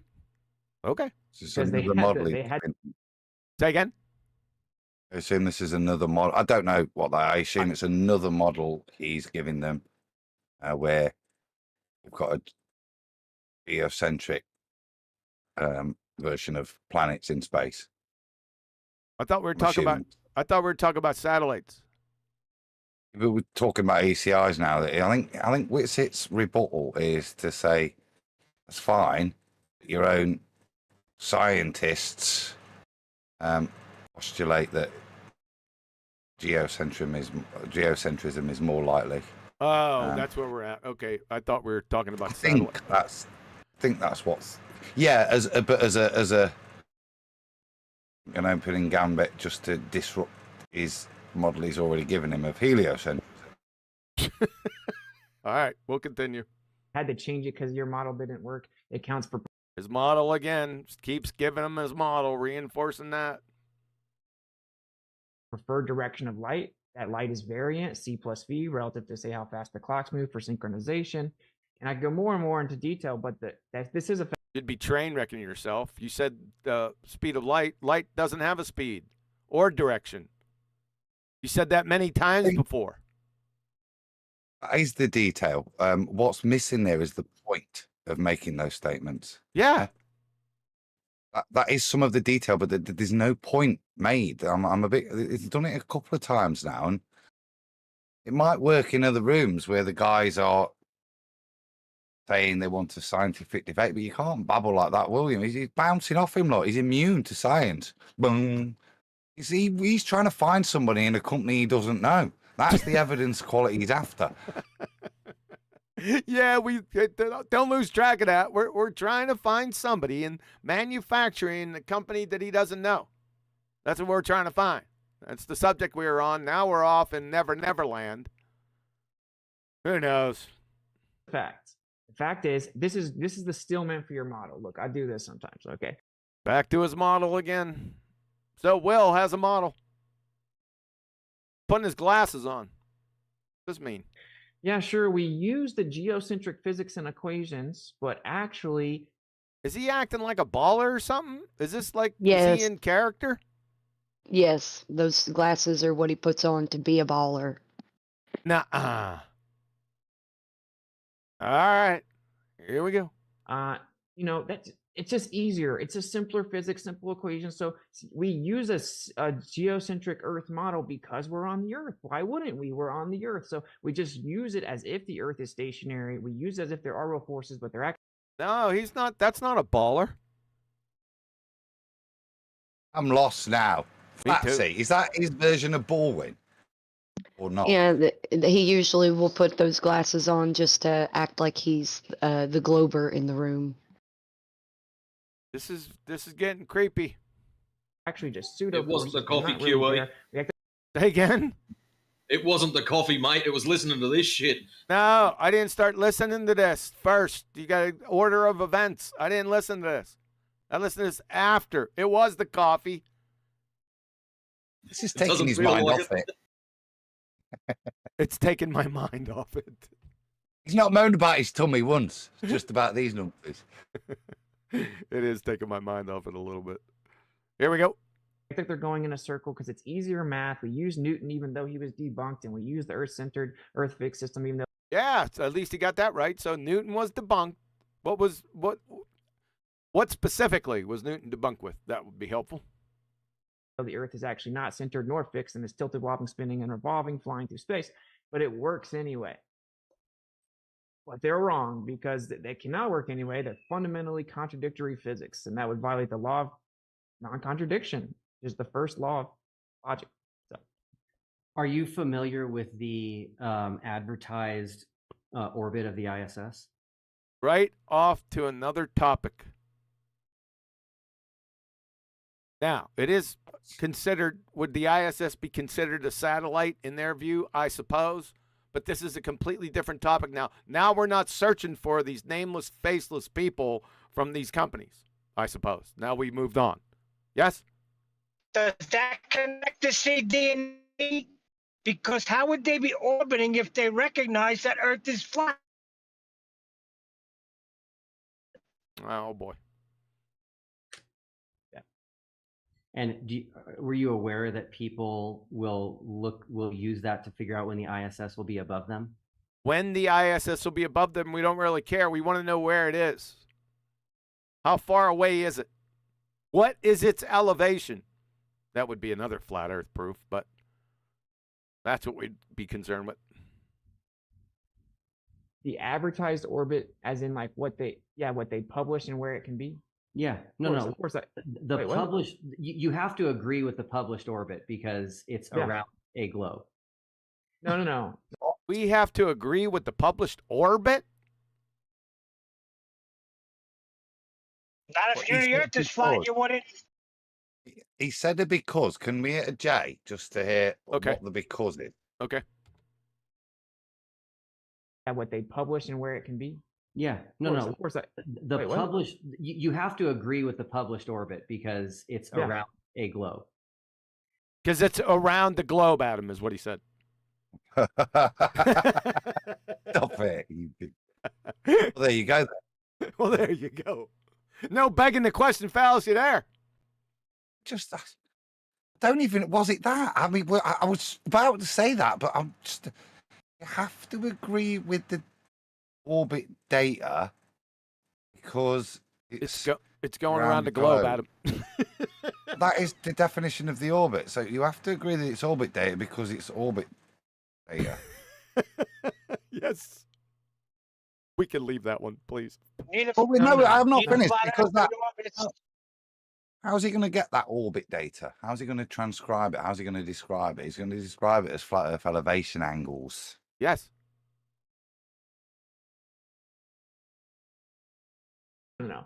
Have you not seen it just put on a plane? Yeah, it looks like a spirograph. It's an impossibility. It's crazy. It looks like a spirograph. It's impossible. What the hell is he talking about? Who knows? The orbit data. The orbit data looks like the data wouldn't look like a spirograph. But if you draw that picture over the top of a ball, well, that's a little bit more information needed then, huh? A little bit. Everything in nature takes that geometry. Whoa. Everything in nature takes what geometry? A spirograph. Is that what he said? I don't know. I think so. Let's pull a J. Is he claiming that the ISS creates the flower of life pattern? Is it? What is he on? Who knows, man? We're off in Never Land. Here we go. That's what he said. Well, let's be honest then. If this orbit pattern data does draw a picture that looks like a Kundalini flower, and clearly it's a ball. Yeah, it looks like a spirograph. It's an impossibility. It's crazy. It's like everything in nature takes that geometry. So everything in nature takes the spirograph geometry. Really? That's news to me. Show. Of course, now you're going to have to show everything in nature to support this. I don't think you can do that. I'm just spitballing. Including all the planets from a stationary Earth position. Now we got all the planets in spirographs. My word. So this isn't exclusive to like a spinning globe or anything, man. I think that's kind of the point here. And if I wanted to really get into it, your model's been disproven and something. So that thing that doesn't exist has been disproved. You can't disprove something that doesn't exist. That's non sequitur. And even though you gave it to them, and even though they tell you they have it, doesn't justify your statement. Something like what I'm saying has to be the case because we've shown that what you guys claim as Earth rotation measurements actually is not. We can measure the spin of the Earth, the spin of the sky, that you guys call the spin of the Earth, right? It's called sidereal rotation with interferometry lasers. Uh-oh, here we go. Is Neil still here? Interferometry lasers. Isn't that redundant? Can't you just do it by like looking up and seeing the stars move? I'm still here. No. Is that E? No. Is that me moving, or is it just me watching them things move as I MC is knocking it out of the damn park, man. Oh boy. As we get higher up, this is actually that this is just to pause here. This is really, me and Brian were pondering this. Why? I know I said it sarcastically there, but I even if I did invoke interferometry lasers, why am I doing that? I don't want to show that it's static, do I? I want to show that they've got some kind of ether rotation and that the speed of light is different in different directions based on this interferometry data, which is another way of sneaking in the Mickelson-Morley, isn't it? Yeah, he said it. He said it earlier too. All right, here we go. Faster and faster. The laser travels. I don't. Oh shit! No, it doesn't. What are you? Look at the creepy hands. The laser travels. Really? No, it doesn't. Not according to you. Lasers don't travel. You said it a number of times. I got you recorded. I think light actually travels. So he doesn't. He says it travel. Let's go pull a J. Listen to this one, Adam. Let's turn this up. I don't think I heard that well. Go to 4.7. This is the trouble with an Ethereum. They've got to correct themselves when they are dealing with things and oppose their own religious rhetoric. That was like, yeah. He did it earlier with just flat Earth thing, where he, accidentally slipped and said the Earth rotating, knowing it straight away. Oh, it's the wrong way around. Yeah, it's point out this then. He's done the same thing here. But why? Why is it an issue? Because of a separate religious belief. It's a separate religious belief that needs to be corrected, supported. That's got nothing to do with the argument. It doesn't support it, only confuses the argument. I forgot what the argument was. Oh yeah, the argument here was that the light is traveling, and actually, in fact, no, it doesn't travel. You see, he's got to. It's traveling. Well, no, I can't actually say that because, like, my pastor will tell me off. No, the argument was the spirographs are impossible. That's the base argument. I'm past that. He's not bothered about Will Duffy's nonsensical rebuttal. He's trying to get in some ether, dude. Okay, here we go. I jade it. So listen closely. And with interferometry lasers, as we get higher up, it gets faster and faster and faster. And the laser travels. I don't think light actually travels. Pause. You just contradicted yourself, you numpty. Wait a second. He contradicted himself in the same sentence? No, in the same breath. That's new level. The next. Yes, the same breath. The next word. Not even the next words. Adam, I don't think we need to do anything here. Well, there is. You've all missed it. Really? Verse 4, chapter 3, Book of the Aetherians. Yeah. As we go higher, the rate of the interferometry changes of left to right or east to west, light speed changes. That rate of change, that differential changes as we ascend in altitude. That is fundamental to an Ethereum belief, based on the holy optical gyroscope that revealed this information to us. The broken holy gyroscope, yeah. But you understand? Do you understand? We've got a flat Earth debate here, and look at what's been pumped in. And if you know what you're listening to, you realise it's irrelevant. Well, he said it was traveling in a direction, but then he said that light doesn't travel and it has no speed. Right, so where can the conversation go now? If you're dealing with a baller, okay, and your point was you're trying to make a point with regards to light traveling, reasonable to just move on with that premise, in my opinion. But no, we can't actually have the debate anymore because what? we've got to expound our religious belief that it isn't traveling. It's a manifestation, a perturbation in the ether that's occurring.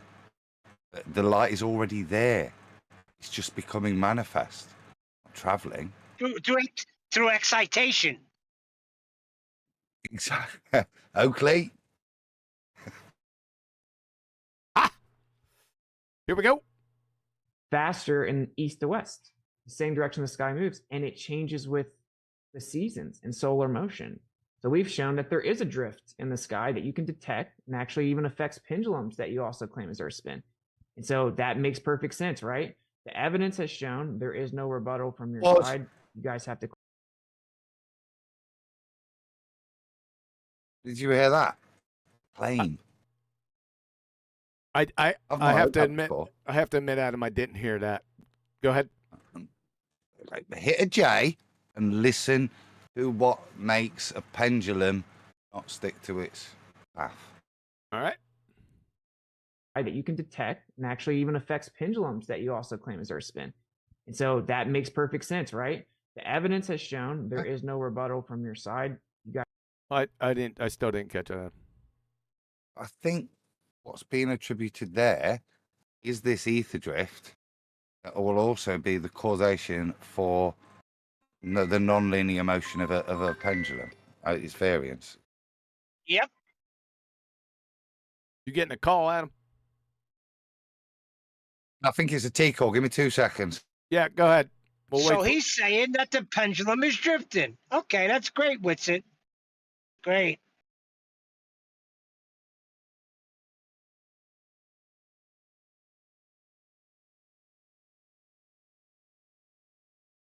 Talking about T calls, Betty should be back now.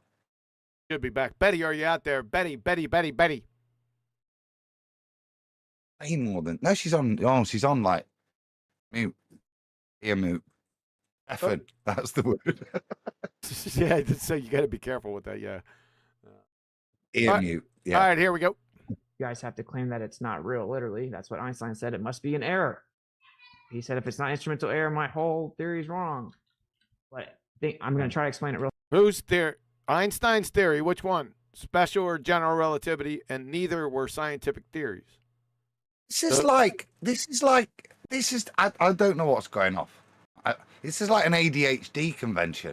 Everybody's talking. Nobody's got any relation to each other. What the other person just said.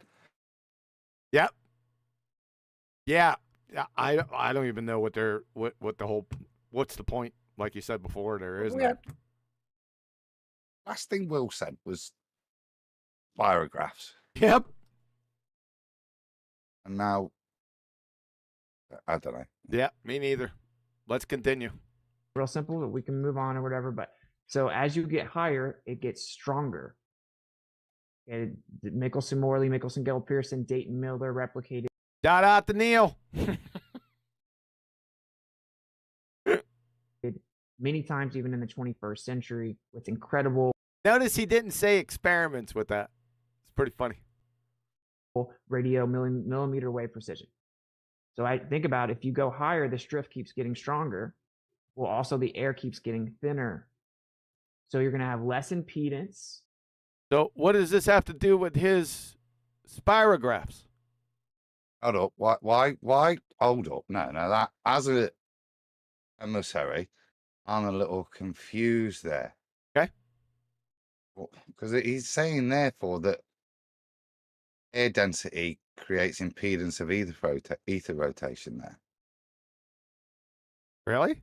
None of this has got to do with. This is no longer a debate between a ball earther and a flat earther, is it? I don't think it's a debate between a ball earther and an Etherian, because what's being put back to the baller is kill Niels, easy. Yeah, what's being put back baller isn't flat Earth argument; it's Etherian argument. Yep. Go ahead, Neil.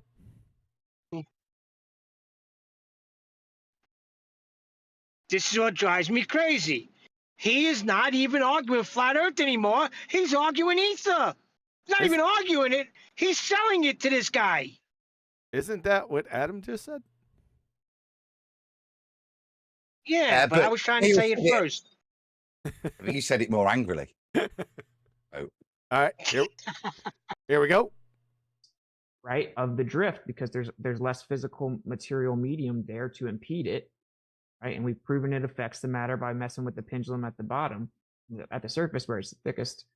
So long story short, the drift would get stronger and stronger the higher you go, like the measurements show. So to me, I think there probably is stuff up there for sure doing these little spirographs around the Earth. You just transform the coordinate system, and you have to use it. What? Oh my God, he's in fairy tale land. I'm sorry. You're right. Adderall wouldn't fix this. That was pretty stupid. Can you support any of this shit? What's it? The non sequitur to the argument. Can you fix that? What's it? I don't think so. This is mind numbing. Can I ask a question? What? Is he given the pendulum movement? Sounds like it. Wow. Use it as a geocentric Earth. So just like that PhD astronomer said, if it's Geocentric Earth. That's still a ball, by the way. Just in case you weren't aware of that. proof of anything, it's proof of a geocentricity. I'm gonna prove heliocentricity. I'm gonna show this visual real quick. He's not going to deal. He didn't understand. No one did. By the way, he isn't going to pay attention to anything he just said. He's going to go off to something else, right? I don't know that, but it's looking like that's his modus operandi. He didn't answer anything that he said. Like two drunks, in it, talking to them. No one's paying any attention to what's been said. Yep. And I don't think Will even understood it. And to be fair to Will there, I don't think he would understand anything. Which he didn't make a point. He kept saying geocentrism, but I don't think he's explained how he. I think what he's used there is Michelson-Morley. Forgot that he's trying to prove geocentrism and non-rotation with it, and just gone on to support the fact that you could have satellites held up there in the rotating ether, which isn't at the same rate as our rotation. I don't even know what he said. I'm a bit confused by it, but fundamentally what he could have done there is focused on Michelson-Morley as a demonstration and how disappointed historically they were that it didn't demonstrate Earth rotation as they predicted. All you need to do there, your own pseudo quasi, you don't even have to attack it. This numpty, call it an experiment. The Michelson-Morley experiment, when he looks it up, it'll be labelled like that. Yep. He's not going to challenge that. Give it him and point out to him. As people tried to demonstrate this rotation with the behaviour of light, that it wasn't there. Not what we heard, which was an agreement that you can have satellites in space stuck on ether strings, and waffle that didn't address a non-rotating Earth. But he just said it at the end, geocentric.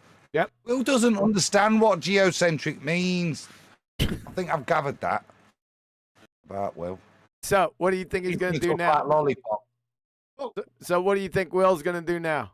I don't know. He's going to go completely sideways with some obscure non-sequitur about something else. All right, let's see. Example. Let's see. I'll pull the fiver. Here we go. Get the whole thing. Geocentricity.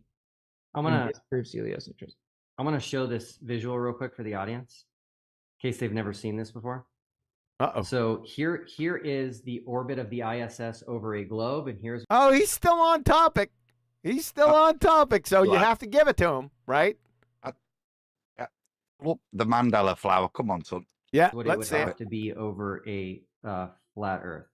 And by the way, you may not be able to notice this, but the speed of the ISS on the flat Earth also has to change speed when it gets to the south. So I'm going to suggest right now. Can anyone tell me what this is? Him not understanding that the projection south of the equator is stretched. That'd be part of it. Not that it matters. All right. Anything else? The only image that he can reference is the one on the right. whatever he projects it out, and if it might look like a Mandela flower on the left-hand image, yeah, then kind of irrelevant, because that, according to him, isn't the shape of things. The only thing you can look at is his great circles that he's creating across around his ball. So, you get me? The projection of a, as Brian points out, a perverted projection of what would be the flat Earth. So he might be straw man in the flat Earth. Ah, keyword. That's the one I was waiting for. Straw man. I know there's many problems, but that one's at the foundation of it. Please continue. Yeah. But even if he's going to do that, to his point, if that's the flower of life thing that he's referencing, it's on that projection, what's that got to do with the ball? Do you know what I mean? I don't.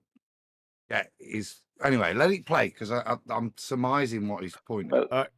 The only Brian. way he can map it out there, I just want to say, the only way he could even try to map that out is that would be through angles.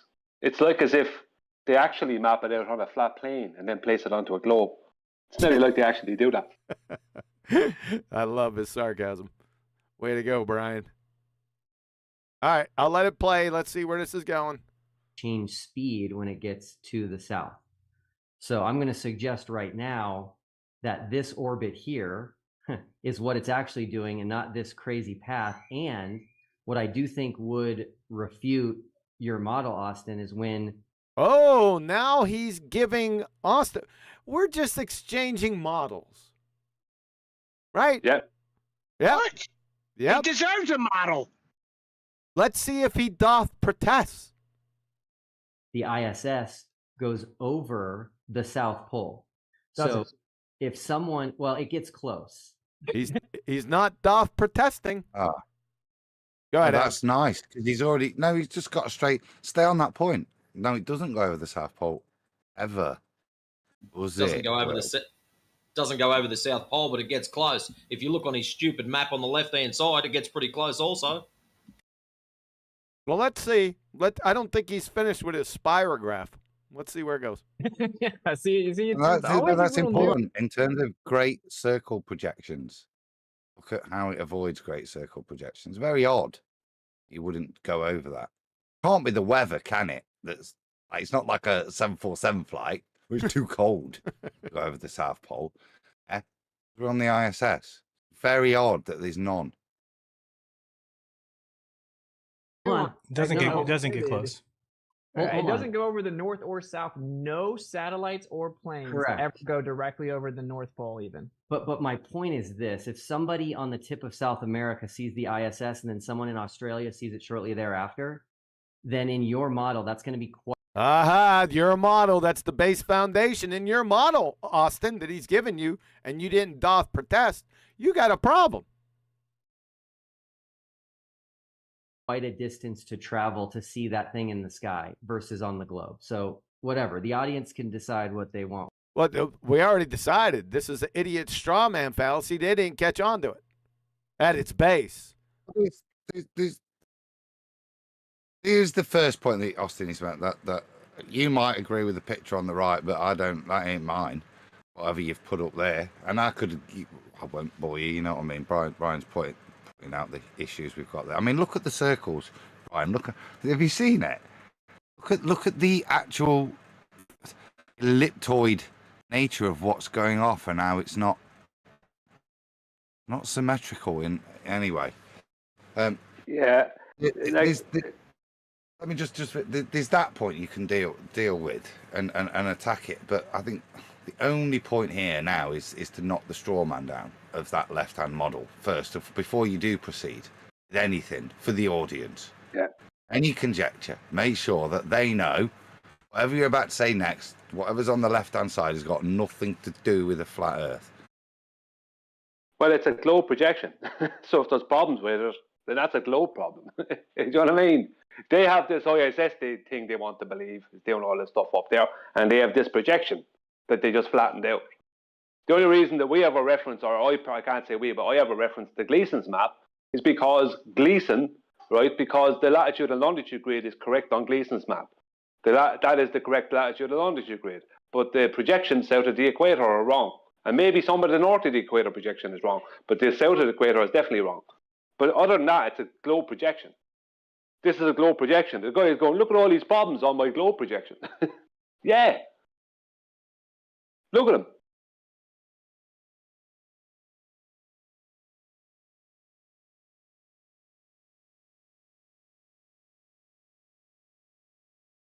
Well, we're going to get a play there. Gone for an orange. You've gone for an orange or something. Huey, what do you fall asleep at the wheel? Gone.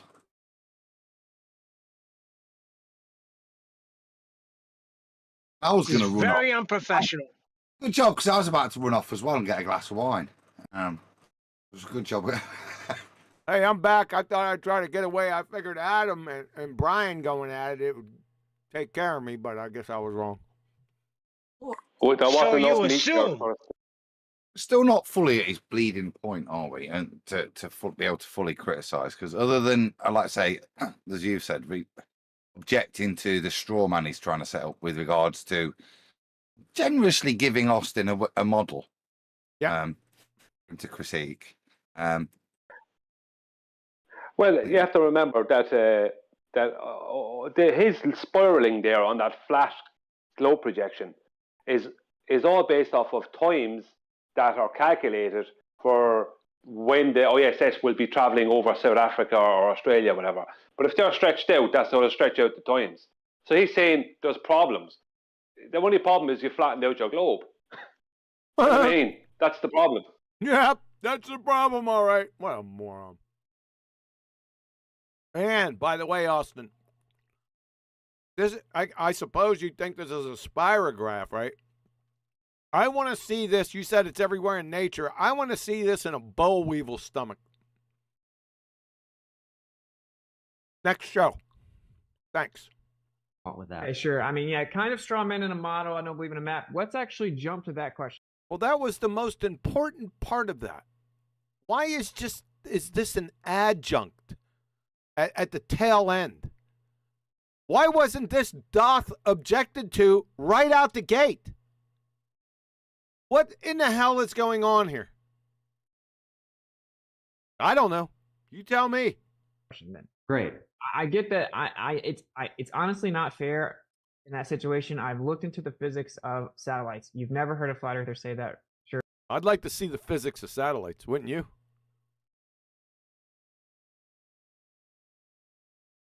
Well, helium balloons. You mean orbital mechanics? I just want to see it. I want to see it. Surely, and it's all good, but it's okay. You should look into it if you're looking for truth. You should look. Why would a PhD astronomer say something that crazy, bro? Well, because the PhD astronomer is a pseudoscientist, by definition. So why would pseudoscience say something? Who really cares? I'd rather listen to Gene Dixon. Is he really that ignorant? You know? Yeah. Honestly, man, I'm not doubting you personally, but so many flat earthers have made up quotes. Oh, here's stereotype fallacy. So many flat earthers have made up quotes. Oh boy. Taking quotes out of context and lying. Taking quotes out of context. Go. Let's see one. I would have to research that first. And again, I don't think you would do that, but dude, flat earthers do that all the time. Flat earthers, Adam, do it all the time. Adam does it all the time. What? That's basically saying, in a polite way, I just think you're making shit up, mate. It's like, now I don't want to be rude, but you know, it's not even that. But do you understand? He's basically just said, you're making that up. Now, I'm not saying you're making it up, but flat earthers do all the time. Right, next point. Yeah.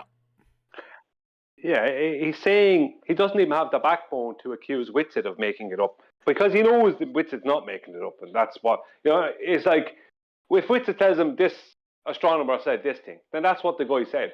Whitsitt won't have a need to add to that or read into it more than what's really said. It's the ballers who read into things beyond where you should read into them. You know, you take any. They do, because they have to, Because when we tell them, they said, the person said this, the PhD person said this, you're on your side. And they go, he didn't mean that. What he actually meant was this other completely different thing that has nothing to do with the words he used. Do you know what I mean? They're always at this, where they're trying to tell you, they're at it for years, where they're trying to tell flat earthers, no, what he actually meant was, and divine his thoughts, when the guy's words or the girl's words are right there on the screen, right? So what he's actually doing there is saying, I don't think you would make it up, but the rest of you flat earthers are credible liars. Do you know what I mean? That's what he's really saying. It's like grow a backbone. Either call him a liar or concede that he's not. You don't need the tail to add on a tail with it. You know what I mean? Where all the flat earthers are liars. Doesn't have anything to do with the argument anyway. And that's the point, isn't it? It's a distraction. Yep. And pick up on that. It's not prepared to deal with anything that Austin's not really putting over yet. Here we go. All right, so let's talk maps. Yeah. Oh God. So I'm trying to find my screenshot of your list exactly. Okay. Have we done with the flower lie?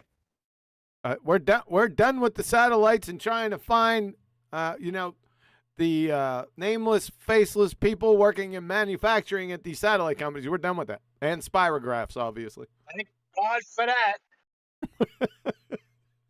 that. Be careful what you wish for. All right, here we go. I guess we're going in the maps. Said is there is no flat Earth map, and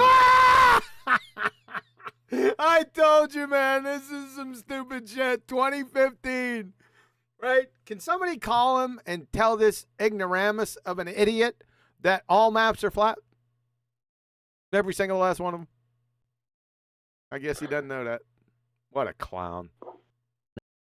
Well, the projection that Celestial Navigation must use when they are dealing with the Earth, the projections of whatever area of the Earth they're in, that area must adhere to correct Greenwich Mean Time, which means that they can't have stretched Australia and stretched South Africa, but they still have to adhere to the actual correct local time, which can only work on a flat plane. So I don't know what he's talking about. Do you know what I mean? Neither does how did they get around then? Neither does he. No. map is made from a globe. Okay. Every map is made from a globe. Oh shit! This guy's a clown, man. I think he's got that backwards. Yeah, he does. Can you show that? What is he now, a cartographer? Idiot. So, does that prove that the Earth is a globe? It's part of the evidence of this whole thing. Yes. So yes. So that proves a globe. That all maps are flat proves a globe. Thanks, Will. I think I can make a pretty strong case here. I'm going out on a limb here, and I'm thinking that you won't. Clown. Now, I've heard you say many times that the Gleason map is not perfect, but it's a good start. The Gleason map is not perfect, but it's a good start.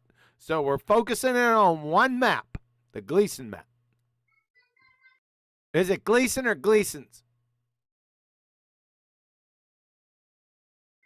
That's an exact quote. I could say it many times. Say again, Brian. You could say it either way. Either way, okay. Yeah, usually I say that about the AE map. That's what he's talking about. It's kind of the same thing. Kind of. But yeah. Okay, cool. Now, I can show this if I need to, but if you guys just agree, we can move on. Why? Do you guys agree? No. Kind of. Right. So you made a good point, right? Which, unfortunately, Will's not got again because he's not the sharpest tack in the box, is he? No. And I know that might come as a little shock to a few people, but no, I don't think Will is, keeping up with the conversation, and certainly not aware of the sarcasm that was there. But if he's not got it, don't proceed past that. Kinda. Well, that's all right then. No, that kinda was a sarcastic kinda. That means not in the slightest, and here's why. Yep. Your next hour, if you want to deal with that, son. Yeah, because you can't move past that point. You can't. Like I say, I can respect that Austin was being totally flippant and tongue in cheek there. Yeah, I know he knows the points, but this guy needs educating. You can't let this numpty carry on.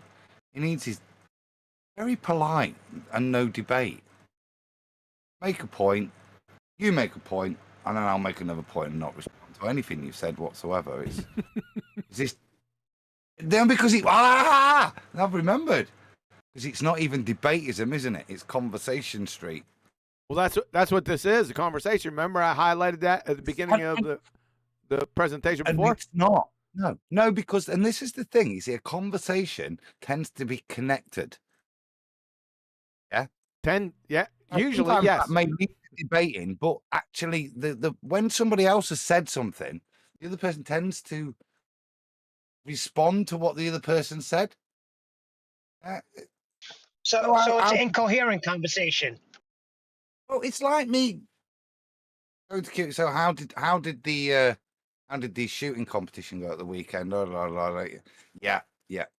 That is my favourite day. Got nothing to. The sun was great at the beach. Well, it was yeah. Well, at least that's linked if he was shooting at the beach. But it's not even a conversation. Is the point I'm making? Yes, we got it. You know, it's just sound bites from each one of them. Yeah, disconnected, garbled drivel. And it's made by Will just then hand waving any decent point that Austin makes. Yeah, Will's not prepared to deal with any rebuttal. Is there one rebuttal he's actually addressed, or has he just moved on and made another point? Yep. Well, he would rather save. Sorry. No, go ahead. He would rather save laboring a point when it has to do with pushing ether. Oh, that's We've hung around there for a bit, haven't we? That's twisted flatsy. It's the truth. All over this boy. All right. His patent says that he used a globe and that Gleason's patent said that he used a globe. the distortion on his map was because it's from a globe. That the distortion on the map is because it's because they took flat Earth measurements and wrapped it around the globe tarp that distorted it. Duh. Yeah. We read his book where he just so about genuine arguing it. So he's claimed he doesn't know anything, but he has now actually done sufficient research, and he thinks the research he's presenting is a gotcha. Yep. Whereas in actual fact, it's just a description from the author that you can't hold this map up to be a flat Earth map. The actual author of it states it's derived from a globe. But wait, Jaron and Whitsett are about to come back at him with something. What he's doing is reading, you know, when it's like he's cherry picking of what Gleason supposedly actually said. They'll come back at him. We know that. It doesn't matter what he said. My point is, he's made the disclaimer that his flat Earth map is denied as a flat Earth map. It's just the projection of a globe by the author. Yeah, he's tried to strawman us or Austin into accepting this as his flat Earth model, and he's now describing the provenance of this projection and the authorship stating it's only obtained as a projection from a globe.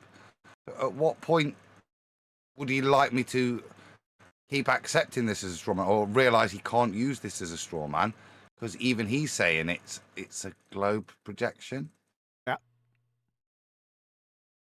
Yep. This is more of a procedural argument than anything, and he just he doesn't realize he's train wrecking himself. Let's see what they do. He said he literally couldn't patent it unless he did that.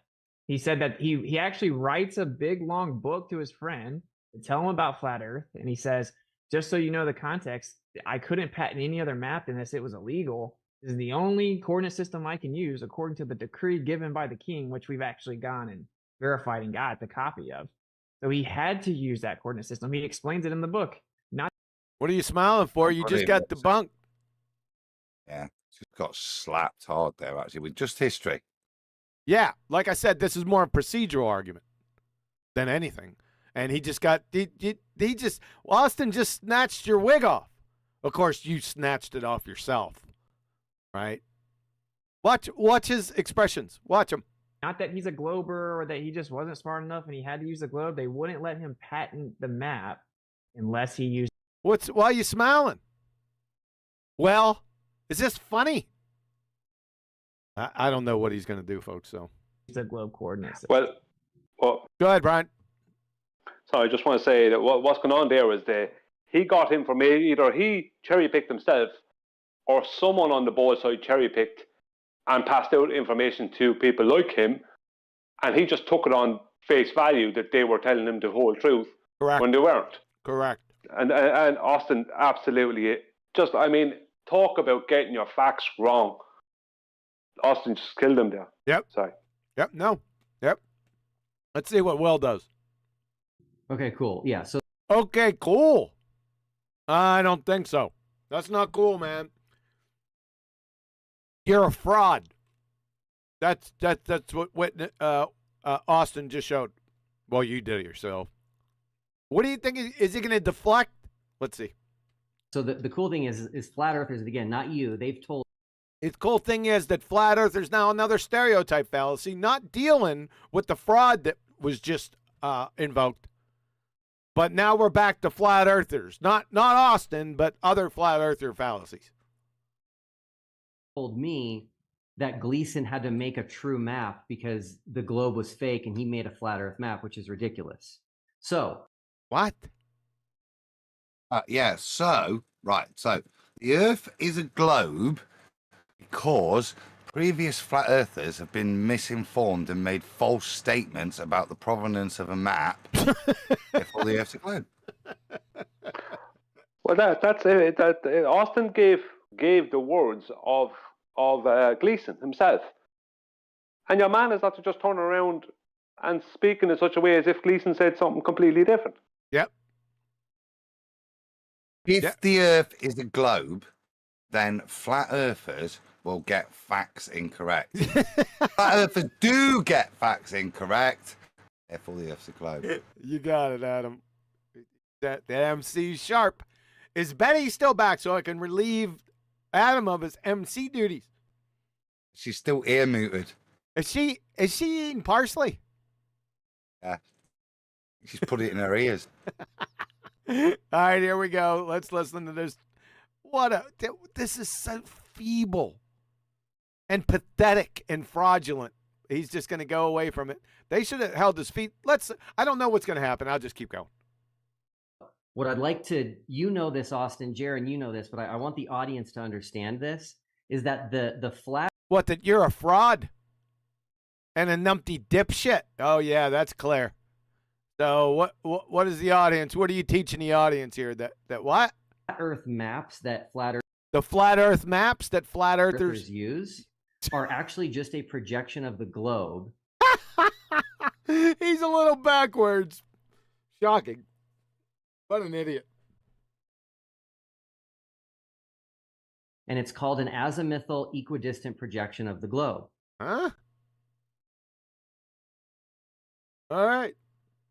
Is he about to try and school people? I think he. Yeah. I don't know. This is his big bit of knowledge. This is what he has revised and his research. So like I said, he's already quoted the author. Yep. He's now going, let him school us. Come on. Tell us what it is. Here we go. Screen real quick. Also, Betty's back. Betty. About bloody time. You shouldn't have said those things, Flatsy. All right, let me pull a J so we can get all of it, Adam. How about that? You guys miss You're back, me? Betty. I said, did you guys miss me? Yes. Everybody. Like a We toothache. saw you huh? were ear muted, and we were missing you that bad. We checked on you twice. Wow. I will check twice to see Good if that's parsley. parsley. All right, Betty, glad you're back, but put a cork in it. Here we go. Where? Use. This is a family show. Are actually just a I projection know, of the. but that's why I'm asking. Now I got to pull another J. All right, here we go. You know this, Austin, Jaron, you know this, but I want the audience to understand this, is that the flat Earth maps that flat earthers use are actually just a projection of the globe, and it's called an azimuthal equidistant projection of the globe. So I'm going to share my screen real quick. This is a really cool website that everybody should be familiar with. It's called worldmapgenerator.com. I'm sure that's where Adam's going right now. And if you go to this site and you click on this second arrow here that says projection, you get all of the different projections of the globe here. So for example, we have the Mercator projection, which a lot of people are familiar with. And then we have this one right here called the azimuthal equidistant. And if you click that, does he think we've never heard of this before or something? Yeah, we're all credit numpties, as far as he's concerned. Oh no, listen. He's the fella who didn't. He's the fella. Remember, sorry, Adam, just 1 second. Remember, he's the fella that couldn't quote Gleason correctly. Yep. Go ahead, Adam. Steve Maloney's teaching us. Dunning-Kruger, not somebody describing what an azimuthal equidistant projection is from the specific point where you want to choose. Starts with, if you click this button here. Yep. At that point, I'm not thinking I'm getting his knowledge. Nope, you're not.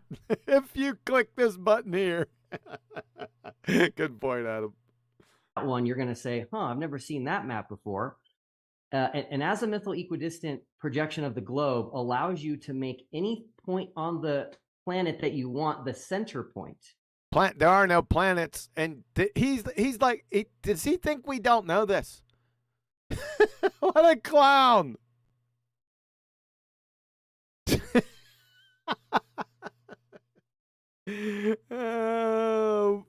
I got an analogy, but I'm not gonna do it. Here we go. Okay, and so you don't recognize this map. It looks bizarre, right? But if I grab the North Pole and I bring it here to the center, oh my goodness, look at that! Amazing! I'm home! Toto, we're home! You know what this guy is? An ass clown. Yeah. That nails it right there. I really kind of don't need to say much more, but I'll add a little bit in because I opened my mic. What he is he is that guy that comes to your channel and starts laying out information that he thinks that you're too stupid to understand or to have learned, and you completely ignore him.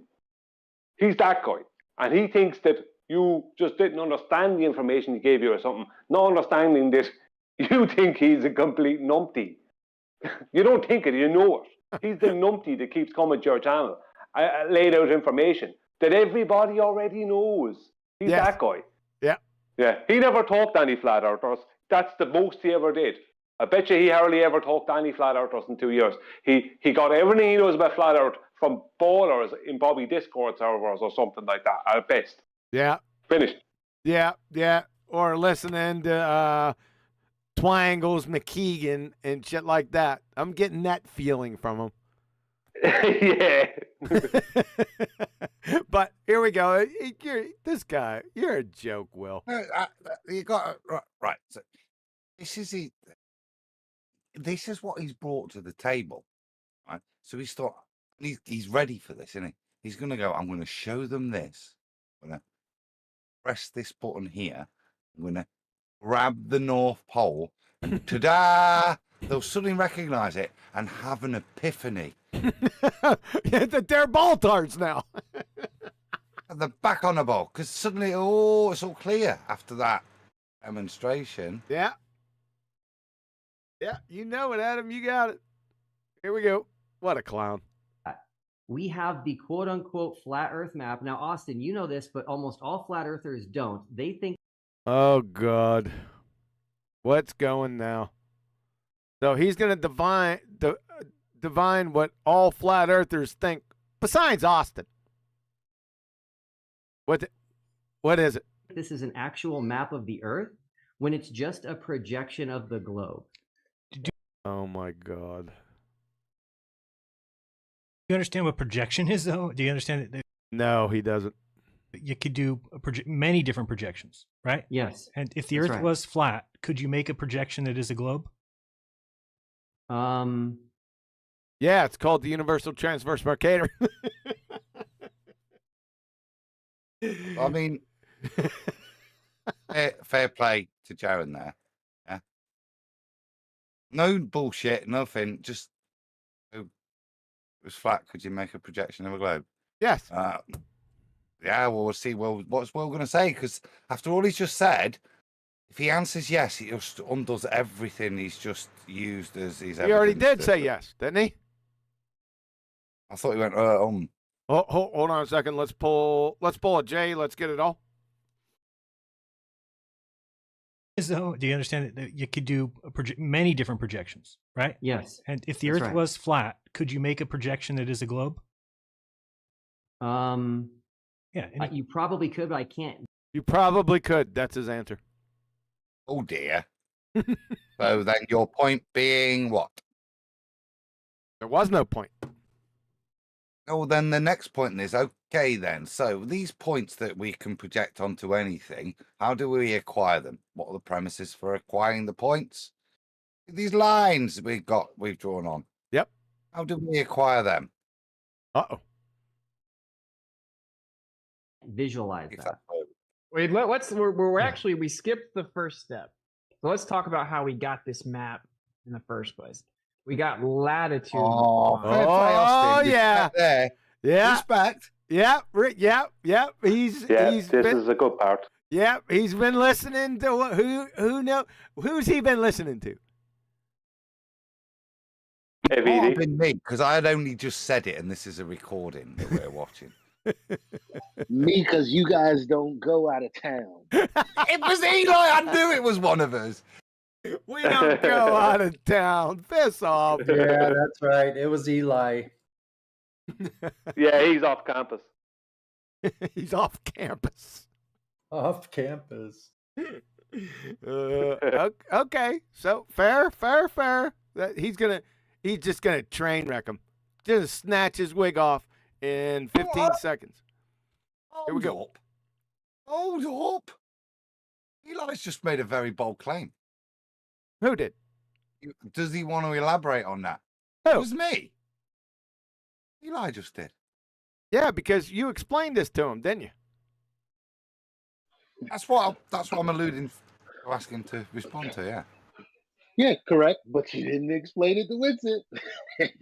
No, he explained it to Witsit. That's what Adam's saying. Oh, is that what you're saying? That's what I'm saying.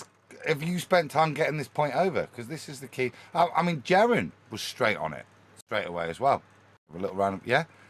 Interesting that at that benign point that they're going to a topic that Earth debate's been pumping for a while.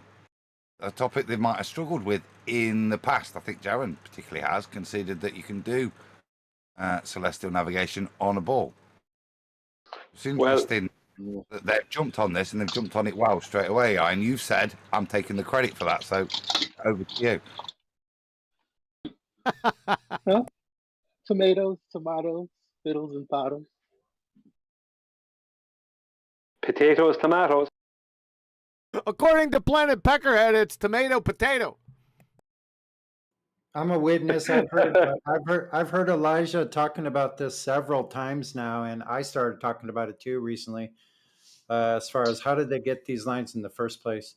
Yeah. So they use elevation angles from the flat horizontal. Okay, good. I'm good. Flat Earth, right on. Yeah, we're gonna let him go because he's gonna snatch Will's wig off right now. We can move on. No doubt. Adam, what? Here we go. About how we got this map in the first place. We got latitude lines. That was the first step. So the way we get latitude lines is we look at Polaris and we take an elevation angle measurement. Sweetness, that's what I'm talking about. +1. You're around plus or -10, but this is going to be a hard +1. And then we draw a circle around the ground position below Polaris. So that's how we got it. We looked at Polaris, we took measurements and kept going back, drawing concentric circles, right?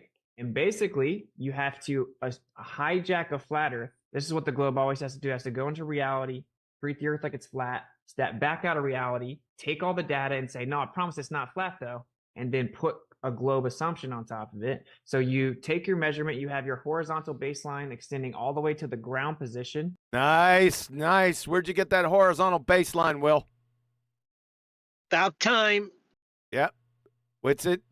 Stay right here and just snatch it right off. Underneath Polaris, right? So Polaris will be at your zenith, 90 degrees. No, Polaris won't be at your zenith, 90 degrees. No, you fucked that up a little bit, but that's okay. So you just have this long horizontal baseline, assumed. Taking your elevation measurements, keep going back, you get the latitude system. Not assumed, it's a prerequisite. So stick on that horizontal line that you're going back towards you. Right there, Adam. That's proof right there. See, you wouldn't have fucked that up. So he got that fuck up from me. I agree. I'm listening to this, and it's beautiful to hear. Yeah, and it's, you know what? He's destroying him with facts. I don't have to go anywhere near the ether. Yeah, he's stumbling a little bit, but let's see. You're just being hyper me. Come on.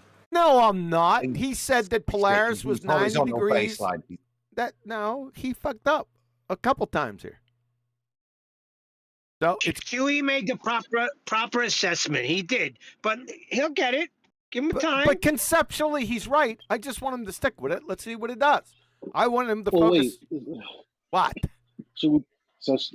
Let's just point out to the audience that Polaris is not 90 degrees from the ground position, but you're not there. That's the. He said it was 90 degrees above his head. He said it was at his zenith. That's what he said. Yeah. Nah. That's okay. Like I said, maybe I'm a bit hard on him. You know, that could be the case. But conceptually, he's still correct. So let's see what he does. I'm focused more on that horizontal baseline because that's the key point, right? Can I get an amen? Hey! Amen. Well, yeah. Maybe I shouldn't have asked for that. Oh, shit. All right, here we Praise go. Gadoosh. Skadoosh. I've never seen so many people unmute in one second. I did that. I wasn't in there. I couldn't see it. It was everyone. It was just boop, boop, boop, boop, boop. Right? Yeah. I didn't hear Betty, though. She got mad for Amen. Oh, no, man. She's trying parsley out your mouth. Yeah, I was going to say she's trying to get the parsley out between her teeth. Exactly. All right, here we go. Now shut up. Then they took that and wrapped it around the ball. Then they wrapped it into a cylinder, flattened it out, and that's how we got the Mercator.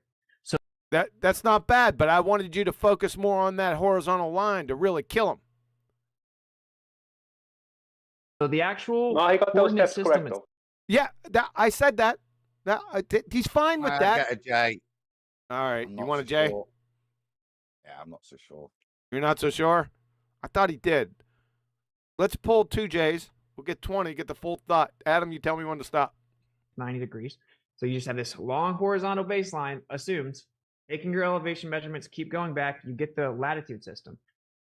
Then they took that and wrapped it around the ball. Then they wrapped it into a cylinder, flattened it out, and that's how we got the Mercator. So the actual... Go ahead, Adam. I don't know what that statement means. Wrapped it into a cylinder. It's not. They place a cylindrical surface, a cylinder around the ball. Okay, and then they project all the points off of the ball onto the interior surface of the cylinder, and then they unroll the cylinder. That's how you get a Mercator. That's why it's so distorted. Aren't you being a little bit picky there, Adam? Well, yeah, you hypocrite. No, detailed. Detail, it's okay. But for me, just a couple minutes ago, I got charged. He was like, well, I don't know exactly what he meant there, and then proceeded to unpack it perfectly. Go ahead, Brian. If you want a proper critique of it, the only thing I would read, because he's just laying it out kind of in kind of colloquial form, he said they wrapped it around the ball. No, they didn't. They created the globe by making all the south ends of the longitude lines meet like the north ends do. And then they turned that into a cylinder map by turning the latitude and longitude grid that's on a ball then into an XY grid. So if I wanted to be picky, I could be that kind of way. Because I know what they did. Because I was one of the people that was saying what they did. What did he say they assume? Yeah, I didn't hear that full thing. He said they assume.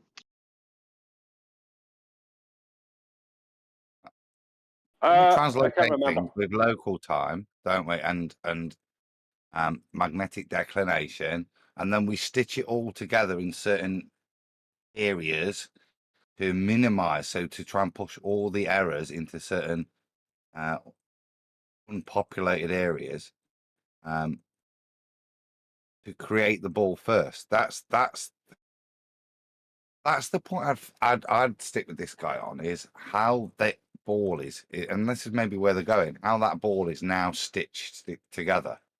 Won't do science, but he certainly could do history, and Austin's already scored him once. I think that might be a place to slap him, which is he should have. No, he should have slapped him before. We should have stayed on that horizontal baseline, but we get off of that. It's gone. Yeah, it's gone. It's gone, isn't it? Yeah. It's the killer. It's the foundation. It's how all of this postulation can then go on to stitch it together. Yeah. Get that. I still have to lay it out for the guy, though. The guy is still after getting like about 50 shots straight into the chest. Yeah, look at but it's not. He's immune to it. Look at his wry smile over here. That's because he doesn't know what it's after saying. He doesn't understand it. He doesn't understand any of this. This is the Dunning-Kruger deflector beams? Deflector shield. The Dunning-Kruger deflector shield. Yeah, that's what that is. Oh, that's mine, Benny. He thinks that Whitsitt doesn't know what he's after just saying. He thinks Whitsitt doesn't know what he's talking about. When Whitsitt is the one who does know what he's talking about, and this other guy, Will, doesn't have a clue what Whitsitt just said. Will's looking you can see what's going on there. No. He's looking at a piece of colored tape. Yeah, look at that. Look at his grimace or whatever that. That facial expression. Betty, can I get a ruling on the Dunning-Kruger deflector shields?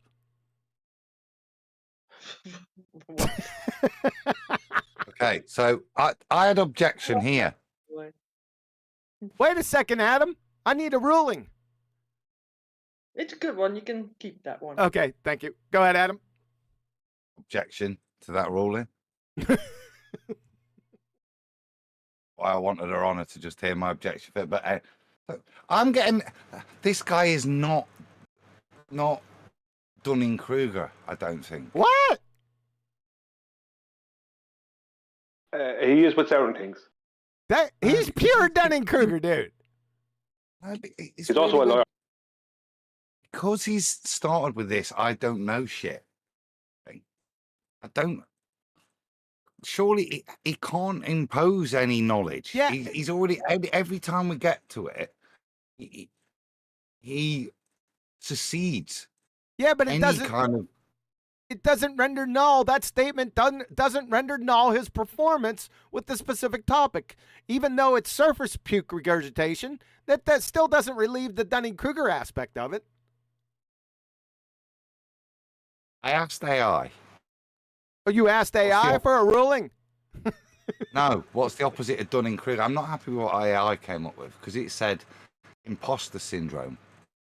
I don't like that either. This guy is a lawyer, Adam, but he's also a Dunning-Kruger because he thinks he's smart.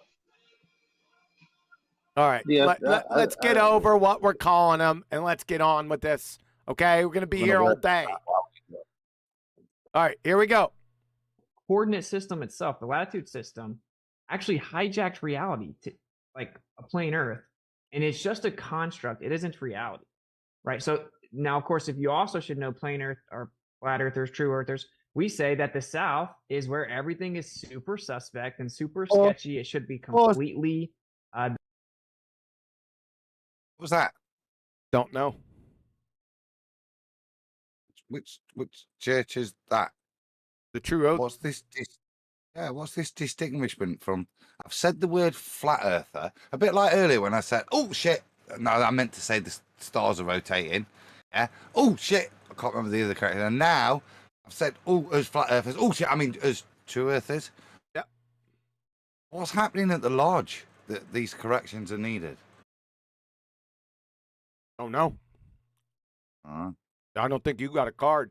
The same. It should be symmetrical in the South, but it's not. And then we have huge magnetic declination corrections when people are navigating. They would have no idea. There are areas in the South your compass says north.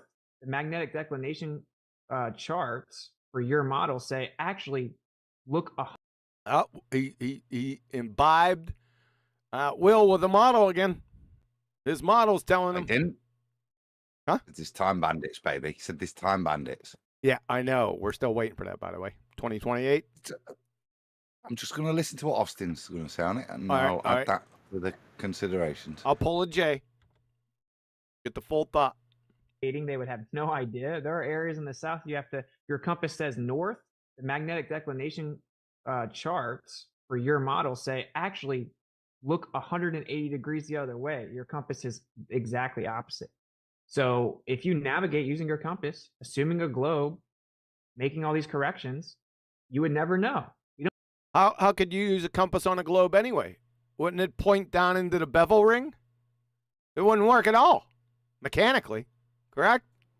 Amen to that one. Yeah. But that's a minor point, but I think an important one. I'll pull the fiver. Sorry for the interruption, but I felt it was good. I've got to keep. I'm not attacking Austin here, other than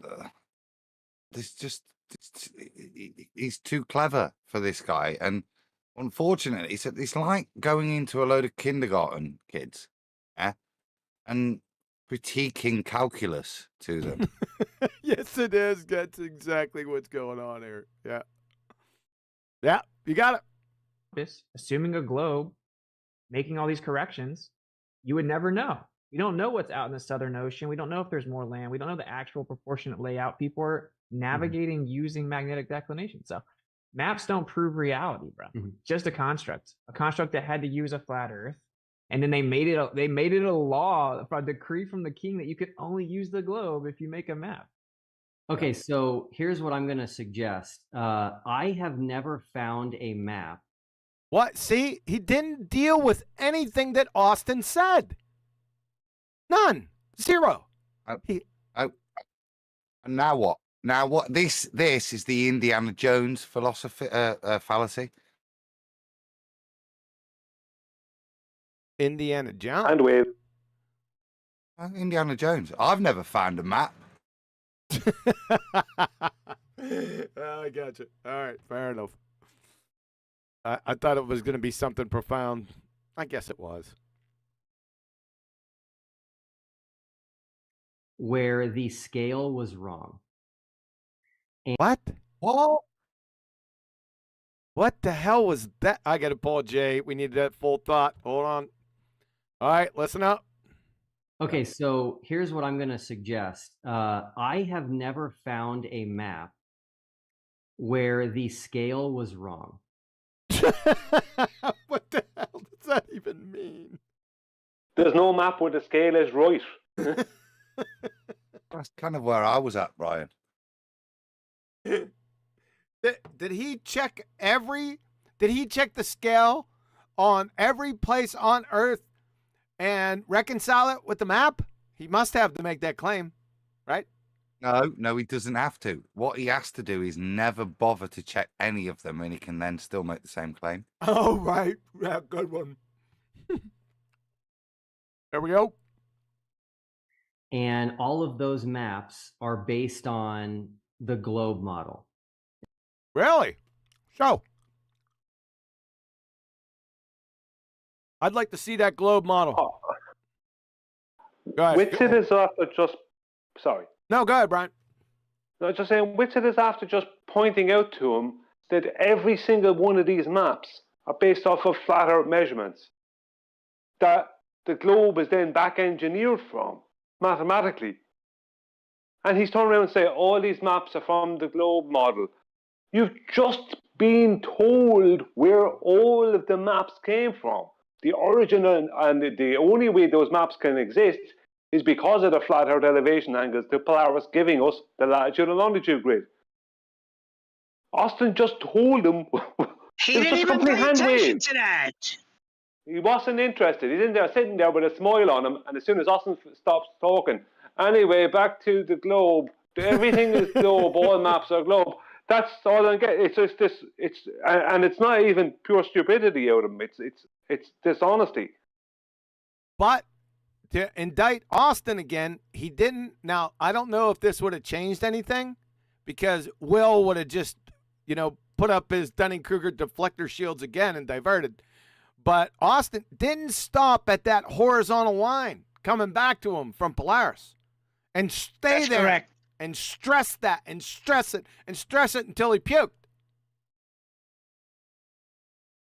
I said until it was conceded. Yes. That's all. You don't need to move on. How do we get these lines? Yep. How are they derived? What are they? Yeah. And then we can move forwards and look at all the maps. Correct. Correct. There we go. And so my question for you, Austin, before we actually take a closer look at the quote-unquote flat Earth map, is why is there not a flat Earth map with a scale? What?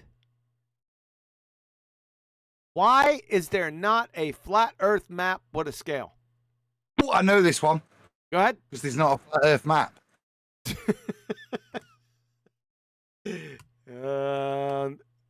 Ain't they all flat Earth? I thought they were all flat Earth maps. What he's talking about is show me the map of the flat Earth. Yeah, of your... Yeah. So we haven't got one, mate, have we? Because we've not mapped it. But how do we map, which is what Austin's point is, right, is this way. And that's where he needs to stick. Now, once you figure out how you map, you can stick those points on whatever you want, just as you've demonstrated in your computer program. Yeah, I'm at it, right? You can make it look like Mickey Mouse's head, or all sorts of conic, equidistant. This one it's called cubic. Oh, it looks like a cross. That's a bit weird. I don't like that. I'm going to move off. We've got the Eckhart one. We've got it on a hexagon. We've got Eckhart 2. We've got the Eisenhower. How about the equirectangular? Ooh, that looks. I can once I've derived those angles and lines from a flat plane, I can stick them where I want. I know where I want to tell him to stick them. Yeah, you knew where I was going. All right. But there's one problem, and that is what we don't have. Not what we do have, what we don't have. What we don't have is a correct world map. And that's what people keep looking past. When we're asked, where's your flat Earth map? Give me a correct world map based on the globe. And they can't. Not one map in the world, pardon the pun, anywhere, not one map is correct. All the world maps are incorrect. There's discrepancies and problems with each one of them because they're all based on the globe. So show me a correct world map based on the globe. And they can't produce one because as soon as they show you one, you go, that's a problem, that's wrong, that's wrong, that's wrong. So that's not correct. So they can't give you one. So never mind where our flat Earth map is. Where's your correct globe map? They can't come up with it. How could we fully map go back to the Time Bandits, QA? Just another good example is when we mentioned the international date line and those changes and the hours in the north, equatorial and south regions. That's another good example of how they're manipulating reality to direct you to make everything globular. If you genuinely believe that you have to, as Whitsits said there, your compass can be up to 180 degrees wrong. Today, in the you know, or from about the mid 1800s, this magnetic declination was needed. But prior to that, a compass worked. But now, why? Because it's another perversion that's within this system of we look at that keeps it as a globe. Earth It map means you with go its round in scale. bloody circles is the honest answer. Yeah, that's what magnetic declinations do. It makes you go round in circles because north's not north. You ignore your compass. End of rant. How could we fully map out the Earth if we can't even fully traverse south? And that does have it. Of course, there is a scale on Gleason's map. Obviously, you make corrections in the south. It's called a legend. So we absolutely. I've got an issue there. I know I'm getting petty. Oh, I'm on mute. I stopped it for a reason. I said the legend doesn't state a correction. The map legend's where you find the scale. So that didn't make any sense unless I misheard him. Go ahead, Adam.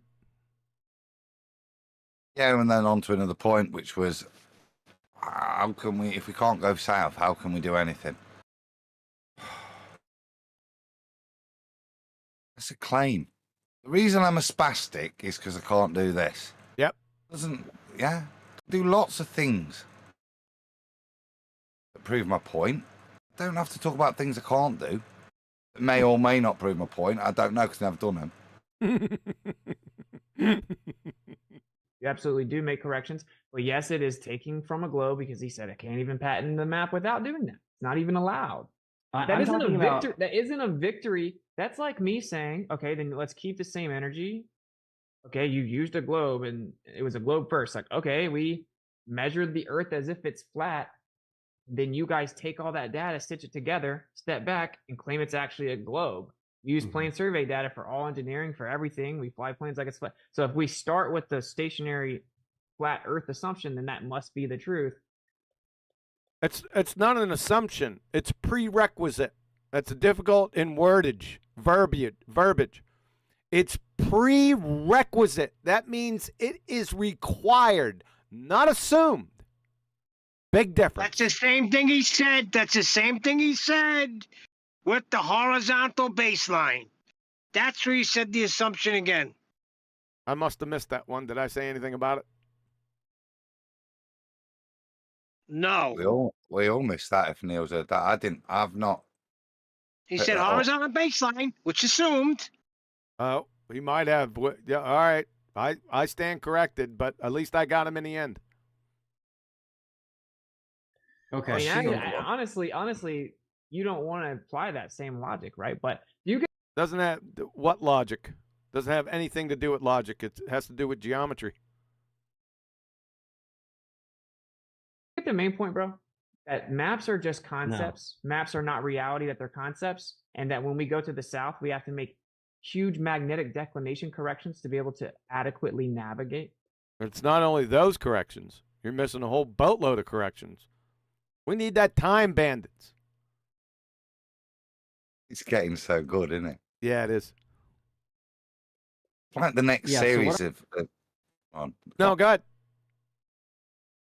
When you're waiting for your next series. But the thing is, there's all sorts of subplots like this that are going, and it's good to see people recognizing how this perversion's done. Yeah, as I said, the only reason I think we could do it. You've heard all the bits we've kind of got, really. That's the reality. Is the old one, and the new one is, look at it. We're trying to piece it. Brian's working his booty off. Is he? Shout out to Brian if he's working hard with you on the Time Bandits too. No, he's doing it on his own because he's got mine and Brian's brain work in very different ways, which is why we work well together. Which is why he's destroying Rufy. So funny. But he's working on this, and I think he's got Rob Doran involved. We're still waiting for that. Yeah, gyro. I was gonna mention that because I thought about it yesterday. It just popped up. Rob, where are you? Let's get it. If Brian's there, I'll say it was supposed to happen Friday. I made time. We are trying to get it in. It just didn't happen. It's a minor thing. I would put it on the back burner. No, it's a real bugbear because I don't know the answer, so it's doing my head in. So I do want to know. Like I said, Friday was supposed to meet up. He's not going to get around it. I just want to know what he means. It's my fault. I was supposed to let Rob know about Friday, but I ended up not being able to do Friday myself until you rang me very late at night. It would have been too late for Rob. So that's why I didn't get back to him. But I am going to get back to him this week because I was going to talk to you about that, about having this conversation with him about the gyro compass. But when it comes to the map, it's very, very simple. I just have to ask Rob to do it for me. And it's so simple what he has to do. On CAD, he could do it easy. It's literally, if someone was good at Photoshop, they could do it. I just don't have Photoshop and I don't have CAD. He could totally do it. And what he does, when he does it, that will be the best, most accurate world map we have. I just need someone to be able to do it, and Rob is that person. All right. Shout out to Brian. And Rob. Mr. Gyro. Yeah, and Brian. And Brian, I said you first. Damn. I know. What I'm trying to say is that I've never found a map that the scale was wrong. So I think that he's never found the map that the scale was wrong. Oh boy, you numpty dip. So this is an argument for personal incredulity. Number one, there's so many fallacies here. It's unbelievable. Also, it assumes that this numpty dipshit, like I said, has gone to every single place on Earth and scaled it. See if it was right. Doesn't it? With his statement, did you hear what he said? Correct. That's what I would ask him. So if I could show you a map where the scale is wrong, your argument falls apart. Is that what you're telling me? Correct. I would word it different. What I would ask him would be, could you present for me a correct world map based on the globe and see what he turns up with? Yeah, that's another Because I know I'm going to take him apart. Yeah. Yeah. Significant. And the maps that I'm talking about, I'm not just talking about in the entire Earth. I'm talking about countries or states. So I'm going to give you an example right now, which is Australia. Okay? Shout out to Brian. Brian, get ready. Brian's going to pop. I'm going to go and get... I know I've got time to go and get a little bit of wine right now. All right.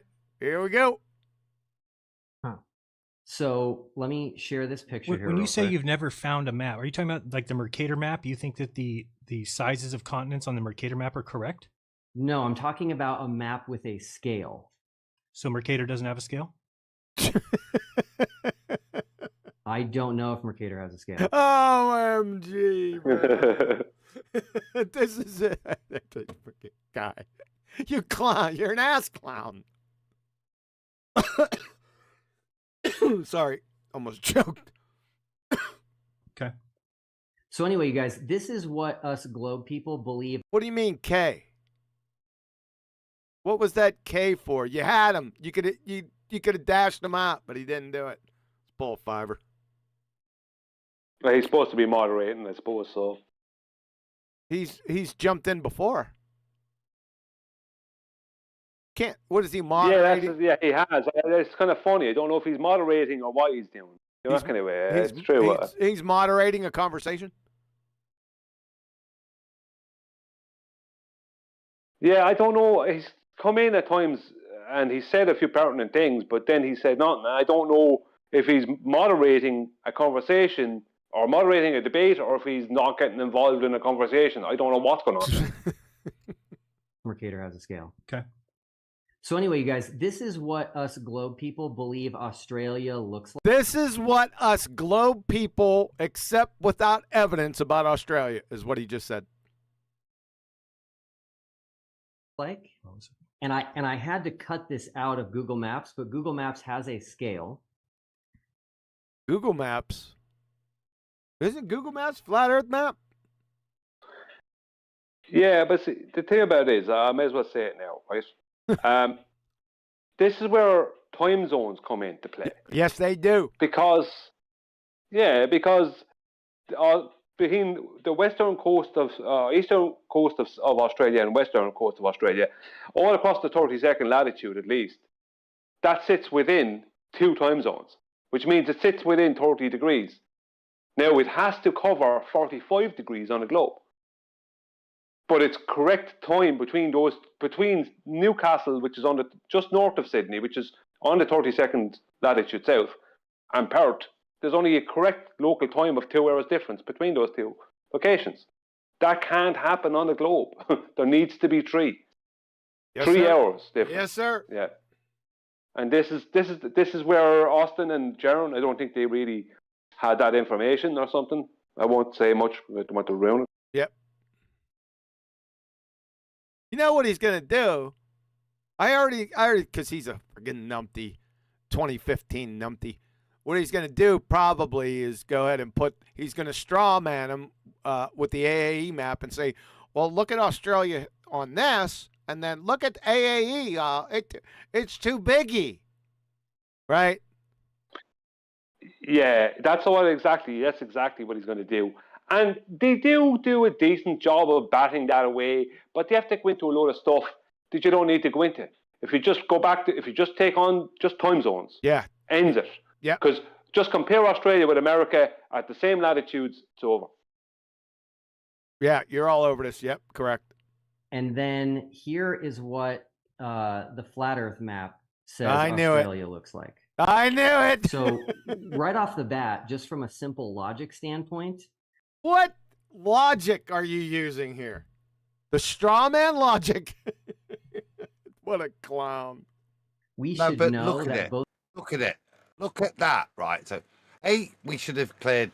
So we could never make that statement. This is not. Stop saying this is flat Earth. You've already said it's a Gleason's map projection. Yep. Define. So stop straw manning.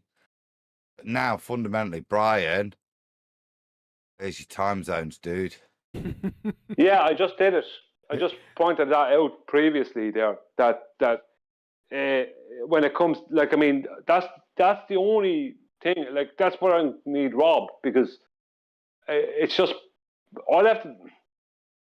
Australia only has 2 hours of correct local time between the 2 east and west on the 32nd degree latitude. America has 3 hours on the 32nd degree latitude. Yep. That's impossible, with the both of them being equal in distance, basically equal in distance in their width. Yep. Both America and Australia. It's impossible on a globe. They need an extra hour across Australia that doesn't exist. That's why they add in this little half an hour thing in the middle. It's nonsense. Yep.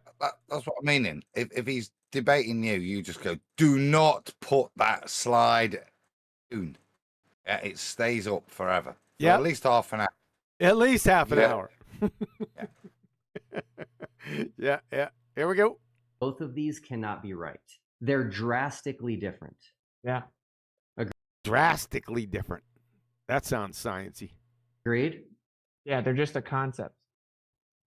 Well, maybe. Sure, that's what they are. Right, stop. Well, maybe. No. Reel that mother crusher home. Not, well, maybe. No, what do you mean by that? Are they a concept, or is that reality? Both of them. Mm-hmm. Because then his argument's gone. He's trying to make well, there's another fallacy, isn't he? Of is the map reality? Yes, reification. That one. Thank you. All right. So just for the audience who's never seen this before. Oh God, he thinks the audience has never seen this shit before. My God, he's delusional. Oh boy. Well, you are an ass clown, certifiably. I want you to take a look at the drastic difference that the back to that drastic difference. Globe people believe is the shape of Australia and the flat Earth. One's upside down. Australia's on the left-hand side. On the globey version, it's upside down. Thanks, Adam. Australia. Flat Earth maps make it Australia into a hot dog. Now, this looks like a hot dog? Wouldn't eat that, even if they had nice fried onions, ketchup, and mustard. You don't put mustard on a fucking hot dog, dude. Why not? American mustard. You don't put English mustard on it. Too strong, too powerful English mustard. Now, I don't know if it's true. Oh, no. You've made a really crazy ass statement. You don't put mustard on a hot dog. Never. Get these numpties. That's a claim. Yeah, he's wrong. You do. Yeah, damn right, Flats. In this space that back in the day, flat earthers didn't think Australia was real. What? Wah, wah. What an ass clown. Oh, man. The flat earthers didn't think Australia was real. That stereotype fallacy there. Well, let's go back in time. You need to prove that statement. That's probably a 2014 claim, actually. What a clown. But I don't think that's the case anymore. No one ever. Oh, do you think that's not the case anymore? Oh. Therefore, globe. Of all the things to object to. Right. I'd have let that once. You know what I mean? But all the stuff that we've just, the 30 seconds that's took us 10 minutes to go through. Guys, speak up at whether Australia is real or not. I'm happy to just let that one sit out there for people to make their own judgment. Fair enough. You know where that came from? Do you know where that came from, if you want to know? Your man Tiger Dan, who tried to make a map, but he couldn't make Australia work because he didn't understand time zones, from what I remember correctly. So he couldn't make Australia work. So the border, I don't know where it came from. There was no one I know of said it, but the border started saying that we are claiming that Australia doesn't exist. That started with the border. It's not with us. No one can ever show any of us who first said that on our side because we didn't say it. It's like the horizon always rises to eye level. That wasn't the original statement. It was the horizon always appears to rise to eye level. Right. The first people to start saying that was a straw man, was a border as a straw man. Yep. Here we go. I don't know if it's true, but people have told me because I'm new in this space that back in the day, flat Earth. So an anecdotal fallacy with stereotype fallacy. Nice job there, Will. Didn't think Australia was real, but I don't think that's the case anymore. No That one was ever never got that. never real at all. Okay. Not All right, one good. person. I'm glad to hear that. So my question for you. Oh, I'm sure you're glad to hear that. He just tried to poison the well with his fallacious reasoning. What a fucking clown you are. We see you. I'd just like to say I think you're a bit of a axe murderer.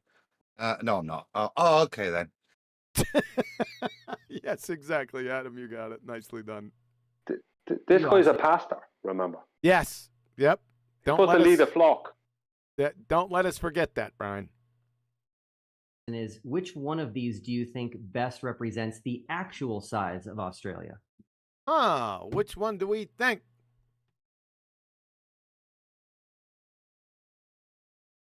Just right. Just asked AI. Okay. It's the one on the left. Sorry to go back, right? When did flat earthers first claim Australia is not real? Even AI says the idea that flat earthers claim Australia is not real is a misconception. Is why. I can go through it, but I don't need to. AI even says it. She's woke. She's woke. It's a she. All right. What's your choice, Brian? Did you say the one on the left? Oh, yeah, that's absolutely correct. There's nothing wrong with the one on the left. That's absolutely what Australia is. I have no doubt about it that that's correct. It's the time zone, it's the longitude lines they run through it when they place the latitude and longitude grid on the globe. Sure. That's what causes the problem. So that's why the one on the right is stretched out. Because when they flatten out the globe, they diverge the longitude lines and they stretch Australia, South Africa, and South America with it, and other places. You can see Hawaii and Tahiti. If you look at their time zones, they're all wrong on the Gleason's map as well. You know, just because the one on the left is correct. That is Australia. It just doesn't have 3 hours across its 30 seconds of time across its correct local time across its 32nd degree latitude. Yep. Great question, man. I don't know. Like I would say maybe somewhere in the middle. What about that? Because my answer remains the same here. This is just a concept. It's a construct. We weren't even allowed to make but one type of map. You can't even freely and privately explore the Earth. Right? I put that in a rap one time. It's like, it's tragic every time the motto under attack is. Oh God, now he thinks he's a rapper. Oh boy. I guess I'll leave that one alone. I mean, I have heard Rick Whitsitt rap. What are the guys on? Let me just leave it. I'll just leave it because it's so stupid. Always a tactic where they're asking where the map is. If they lied about the Earth, what are you even asking? We can't privately and freely explore the Earth. So I think it's wild that we would skip over. Can we verify the actual dimensions and curvature of the surface that this map purports to represent, and skip over all that stuff that would actually completely falsify this whole entire concept that's after the fact that you assumed the sphere? And then say, look, I think the map works pretty good. It's like, right, that's brilliant, isn't it? Why doesn't he talk about that? That bit. He makes some good points. That they're talking about right now. Why not talk about that bit instead of saying I could do it? Yep. Destroy all of this nonsense. Yep. I mean, actually, when they traveled in the South. Where back are in you the day, going now? Because I went back and listened. He did say assumption. Okay. A sphere, they consistently got lost. Consistently, royal expeditions. They spent so many thousands of hours and days trying to figure out the South, and the South was not symmetrical as the North was, like they expected. So what did they do? They had to start sending out magnetic declination surveys and trying to correct and correct and correct to try to get it to match the globe. That's why when you go in the South, you're just navigating with corrections. So when people actually went to the South, when these maps were first being put together, it didn't work. We had to make gross corrections to them. So that's the unspoken truth there. And no one wants to talk about. The South is not the same as the North. It should be exactly the same. Okay, cool. So back to Australia. So not okay, Paul, cool. That's brilliant, right? But we're not us rambling here talking about how do we finish Time Bandits. Yeah, but everything he said, fantastic. Right. Deal with the subject at hand. Deal with the maps. How are the maps put together? Forget how. We've got issues about how we then strap the flat maps we've built and worked, and how we have issues and have to put in magnetic declination to make them fit onto a globular system. Just talk about how the maps were made first. Correct. Yes. Yeah, but this is why it might seem like a very simple question, but it's very powerful. It's why you ask them to present the correct globe map, a correct world map based on the globe. And no matter what he presents, you're going to be able to show him all the faults and problems. Yeah, but they're not. They're not holding him to task. That's why he's allowed to bounce around all the time. They're not holding him down. He's not. He said, okay, cool to what Whitsitt just presented. That's not cool for him. That just he snatched their own wig off again. But they're not holding him to task. Yeah, what he's doing is he's putting back on. He has a bag of wig. Go on. I'm saying Q's right. Hold him down right there. Why you let him say, okay, cool? No, you're not understanding this. Yeah, but the guy has a bag of wigs with him, and each time one is snatched off him by Austin, he puts on another one. He has a pink wig on him now. He had a red one on him earlier. Do you know what I mean? This is what he is. He just keeps putting on this new wig. So the one here on the left is the shape of Australia on the globe. The one on the right is the shape of Australia on every flat Earth map I've ever seen. Straw man fallacy. This is a flat Earth. Hey, he's hijacking reality. Yep. Including the Gleason map. Every flat Earth map he has ever been. Austin, I'm going to show you right now what I think is proof that the one on the left is right and that the flat Earth map is wrong. He's like I said, he argues like a clumsy child. Yeah, but this has to stop. You can't keep letting him make these straw mans. Yeah. He's pissing in your face right now. Yep. On purpose.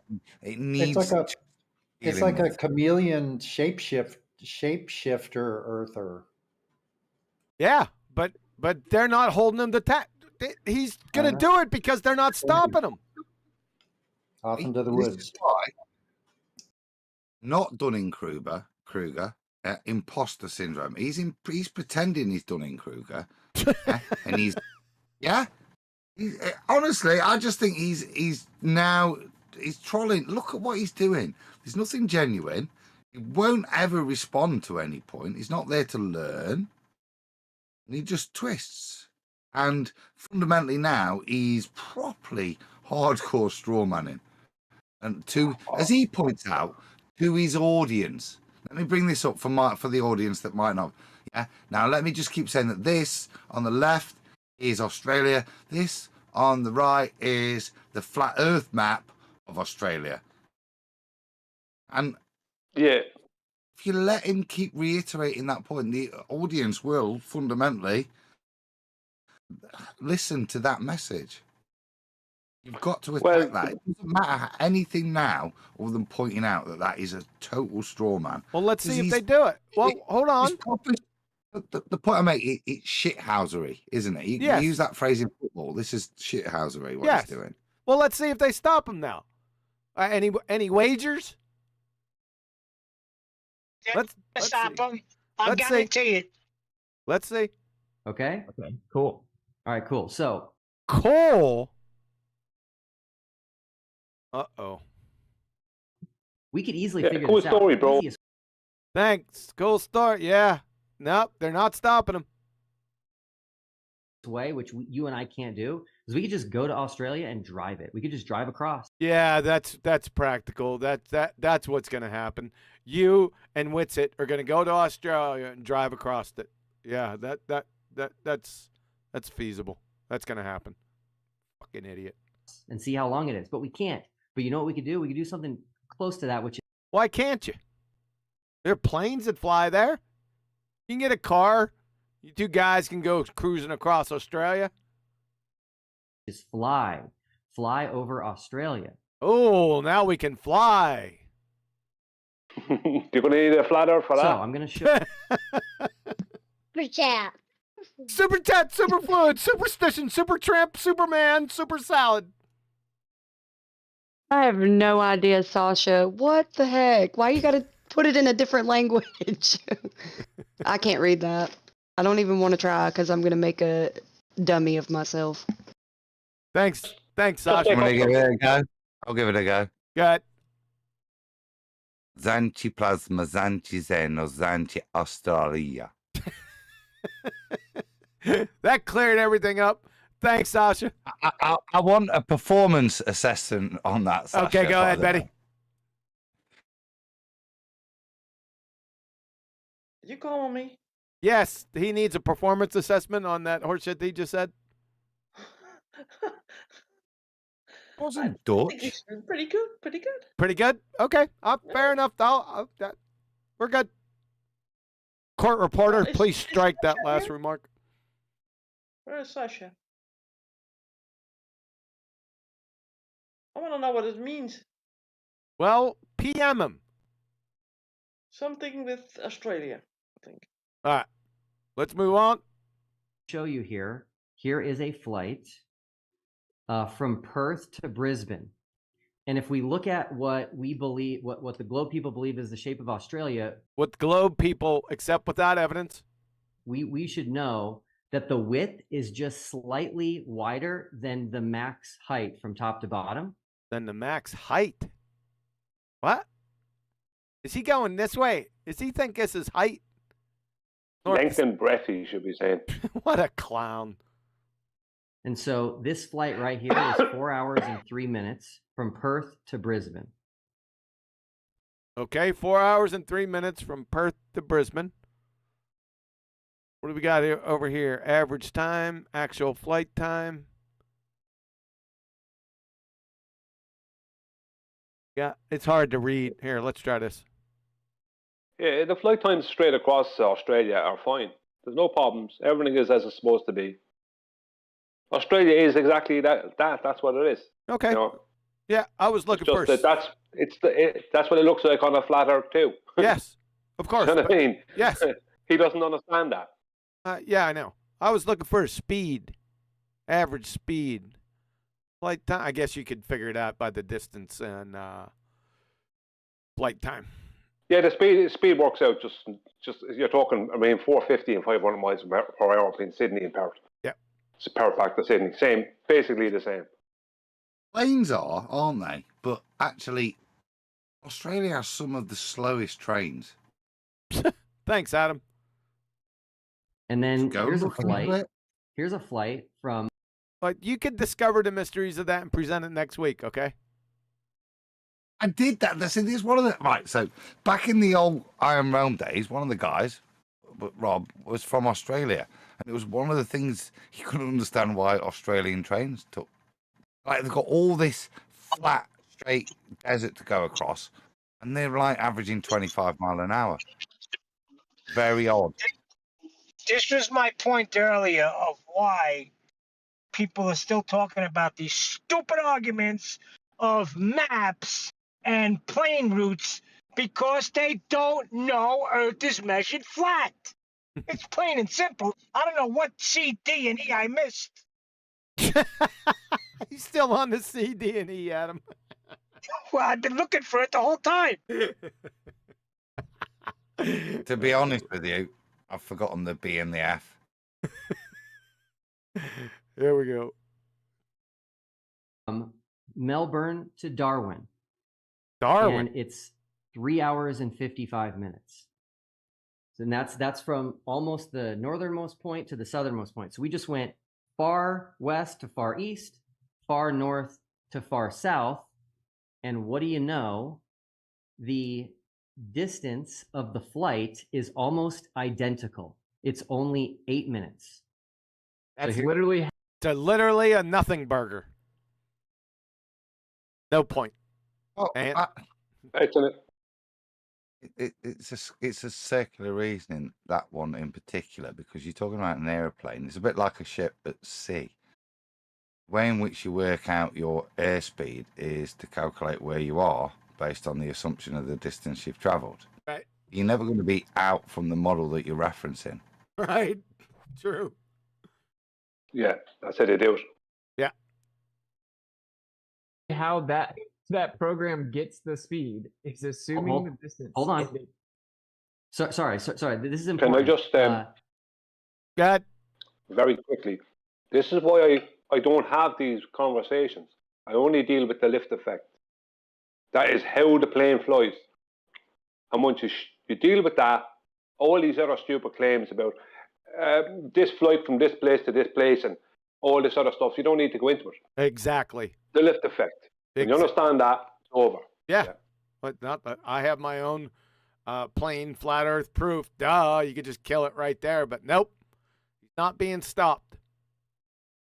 Yeah. So going north to south and east to west on Australia, which our map would say should be about the same, but east to west is slightly longer. It's an 8 minute. It's not your map, Sunshine. It's a flat earth map. Flight difference. So what are your thoughts on that? Flights are consistently different times. There is no like specific. It's non sequitur. Superfluid. Superchat. Superchat, superfluid, supercharged, superfly, superintendent, superfluids. It's from Sasha. He said, "We proved duration of the flight. Wonderful." Yeah, that's correct, Sasha. That's all we got out of this big. That's what we got out of this big nothing burger. This is just absolutely nothing. But Witsit is falling into this when he could have destroyed it. Right now, where are we gonna go?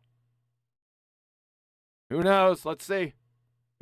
Exact time for flights, and the way that these programs get the supposed speeds that the planes go is they assume the distance and then they look at the time. You're saying that, oh, it's not always 8 minutes. I could literally just Google it right right now, and I'll find one that is not the same times as these. So what are you suggesting? It should be grossly different if the Earth is flat? What exactly is your argument? The fact that they're 8 minutes apart, assuming a globe distance to get in a. No, his argument is that hot dog Earth on the last straw man map doesn't compare to this map, and he said this map is the Baltards map, so he's right. The Earth's a globe. Go home. That's his argument. Yeah, you're after allowing him to So give you a straw man That's going to lead us right into. and then hijack reality. Yeah, exactly. Oh, it's my fault. You're after allowing him to hand them a straw man model, and he's straight after that, he's after hijacking reality for himself. Exactly. It's what they always do.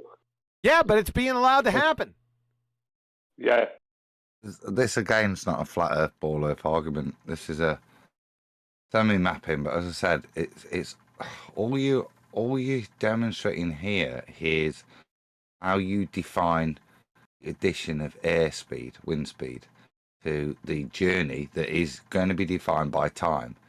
Now, the way in which you add this imaginary concept up is you have the predefined distance, and based on whatever time it takes for the flight to occur, whether it's shorter or longer, the discrepancy is attributed to the airspeed. Right, we go high, we can fly this, we can do that, yeah. That's the discrepancy. The thing that's not measured if we're going to use plane flight as some kind of tool of measurement, as I said earlier, we have to realize no. Planes reference what changes on a plane nonsensically is its airspeed, something that you can't measure but maintains the grid system of which it's traversed across, because that is how you calculate the supposed airspeed that's been added, not ever, based on the time it took you to travel. So you're not even measuring what you travel. Do you understand? You're measuring the time and calculating it based on a pre-assumed distance, which may or may not be right, but it's based on that grid system. Damn, Will Duffy Jedi mind tricked you. Now you're chasing his tail. I'm trying to just demonstrate this is another moot point in terms of it having anything to do with anything flat or round. Fair enough. It's about airspeed. That's Pastor Duffy. That's Pastor Duffy. Thanks, Brian. God, Neil, you wanted to say something? Adam was supposed to say the point is mute. Oh, yeah, but that's screwing with people now. Oh, because Riley's fell out with him. I've stopped doing that until Riley comes. Oh, yeah. Flights. Perfect. So if you look right here, we have an average flight time as well. So I'm not changing anything. This one was 10 minutes before the average of 406. This one averages 409. So the average here, Austin, is a 3-minute difference. This is one big ass nothing burger. It's boring the shit out of me. And just in case people are not following me, here would be the flight paths on the Gleason. Told you there, yeah. Told you that's where you, yeah. Too funny. What a you're a classic ass clown. Map. And by the way, the Gleason map is the only flat Earth map I could find on the entire internet that actually has the names of cities on it, which is bizarre to me. God. And if you look, this flight right here is 2.5 times shorter distance than this one. So Austin, why are these flights both within 5 minutes of each other? 3 minutes. Well, you had your chance to stomp his ass, a mud hole dead in his ass, but you didn't. So this is now what you're getting. So let's see what you do now. Minutes of each other on average. If I was Australian, right, I'd accept that flat Earth map because my garden would be bigger, wouldn't it? Shut up, Adam. Explanation. That is not to scale. You have to apply a scale to the outer regions of the map. It's literally on it. So there's literally a legend on the map. Okay, so help me out here. Why can't you or Jaren or anybody else give us just a simple map of Australia? I'm not asking for the whole world. I'm not asking for you to go over the ocean. You already had it up. That was the flat Earth map. It's the one that you said that was yours. It's not. It's a flat Earth map. It's ours. Idiot. Will Duffy, pastor. Yeah, we're supposed to make up a different map of Australia. Scale and sorry, Brian, it's not stopping on time. You better listen to what I fucking tell you. Crush the son of a bitch. I'm just saying that this is the usual bullshit. Sorry for the cursing. We're supposed to make up a whole new Australia. It would be more.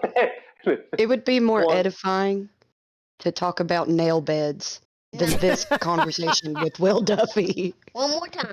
Did he say super chat? No, he didn't. He said one more time. One more time. One more time, mommy. One more time. and looks the right shape. Why? Can we ask you though, what every single map that's ever been made, every coastline that's been mapped has all been done by government money, kings and queens. There's no private person going out and building maps, but you expect Austin and I to do that from our house. We're just supposed to go out and map the world for you. That's no. Just help me. Why even go there? Austin already killed this about 15 minutes ago with the elevation angle to Polaris to give you your latitude lines. It's already over. But now you're in this predicament because you didn't stand on that point and beat his head in.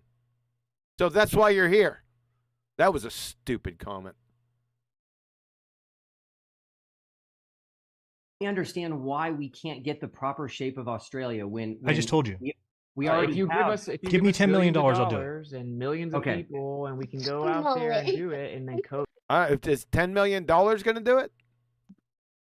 Super Mullet just came in. Super Mullet, Supercharger, Super Trooper, Super Mario, Supernatural. He said Super Mullet first. Then he said Super Chat. And Adam Meekin sent it, and it says Super Booger. Wait, nicely done, Adam. Nicely done, sir. Yeah. He's priming the fire. All Super right. Molly. Super Molly, that boy is rocking it. Rocking it. He is doing so much better than me. Yeah. I didn't say that, Flatsy, but you sacked. Super Mullet was the initial one that set this super chat off in the beginning. Super Mullet. Somebody reminded me the other day, so I wrote it down. So I had to bring it up. Perfect. All right, this is hilarious. I'll tell you what, man. I'd rather eat glass shards than listen to this anymore. Yeah, I've took to super chatting. I've took to super chatting. I think it would have been especially funny if we would have interrupted Adam for his super chat. Look again. Give us a super map. Super map. Super map of the super Earth.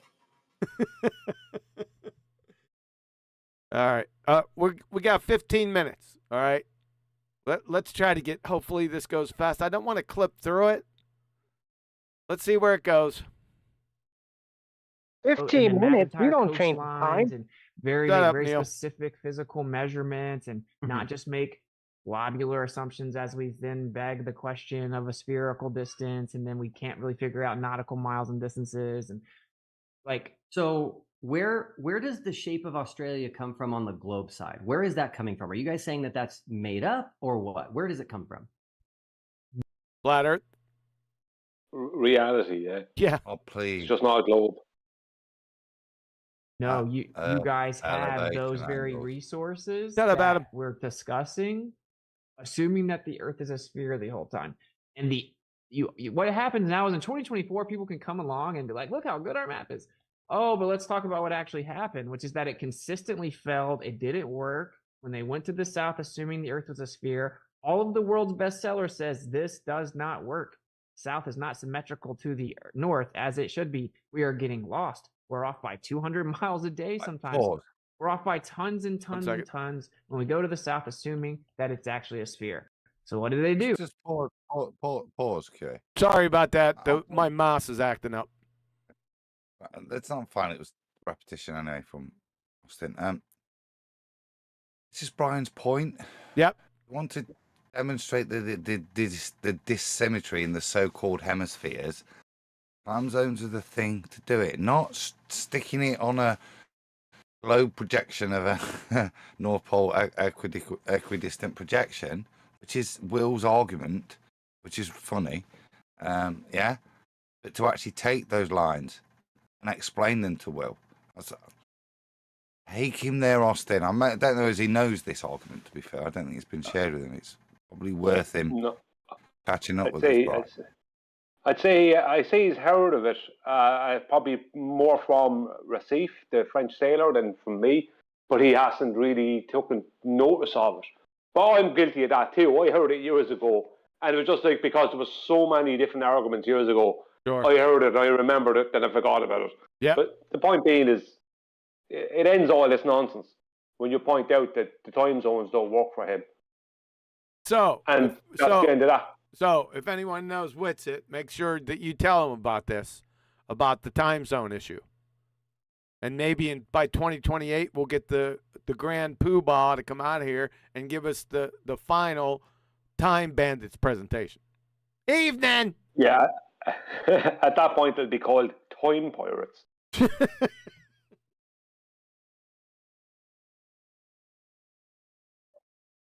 Anything, Adam? I'm above comment. Or are you shutting up? No, I'm above this petty goat. You're above it. Not back. Fair enough, Sir Adam. They had to come up with different corrections for the South so that over time, with an insane amount of resources, talking about actual English royalty and stuff, finally you got it to work where now if someone starts traveling out there, assuming it's a sphere, they would be completely off. What do? They make magnetic declination corrections, and it will correct them to get where they need to go. So you can think it's a sphere, but if you actually traveled there just assuming it's a sphere, it wouldn't work. That's the truth of the map that no ball earther will ever say. You'll never hear any of that information come out of Professor Dave's mouth, which is curious, right? Because that's just a historical fact. It's a fact that when you go to the South, you couldn't properly traverse it, assuming it's a sphere, unless you made immense corrections for magnetic declination as you navigate. That's incredibly important. Okay, so Austin, I would be content if you and Jaron would admit right now that the globe shape of... Oh, God. Didn't listen to anything he said. Right? He didn't even recognize it. Yeah. Smiles. He does that big face smile. Yes. Right? Which it basically looks like he's swallowing what Austin's just said and ignored it. I'd ignore that and smile. And then just ignored it. Yep. Yeah. Yeah, totally, Sonny. Yeah, but they're not, Sonny, they're not holding him to task. So he's going to do it the whole time. I would. Yeah, I see that. Yeah, in fairness now, he's after being hit with... Sorry. No, go ahead, Brian. No, I just want to say fast. He's after being hit now with some pretty good information several times from Austin. And he just goes, cool. Anyway, back to this globe thing that I'm going to force upon you. That's all he's doing, isn't it? And they're just going, okay then. It's like you're after putting in the effort of learning this stuff. You're giving him information that he has to refute. And then you're allowing him not have to refute it. Yeah. His only point is ignore Austin's rebuttal and then say, yeah, but even if I give you my best crayons, can you not draw me a map of Australia? Adam, you're in rare form, dude. Sir Adam today. Yeah, Adam's on ball today. Hey, Adam, so you were saying, Australia is at the 23 south latitude, right? I mean, right near the 32nd, right? Yeah, so it should be about the same size as North America is. I'm at the 32nd parallel as well. Yeah, well, sunny. Yeah. It is sunny, isn't it? Yeah. Yes. Between Newcastle, which is just north of Sydney, and Perth, which is Western Australia, there is, the distance across that, they're both on the 32nd degree parallel south.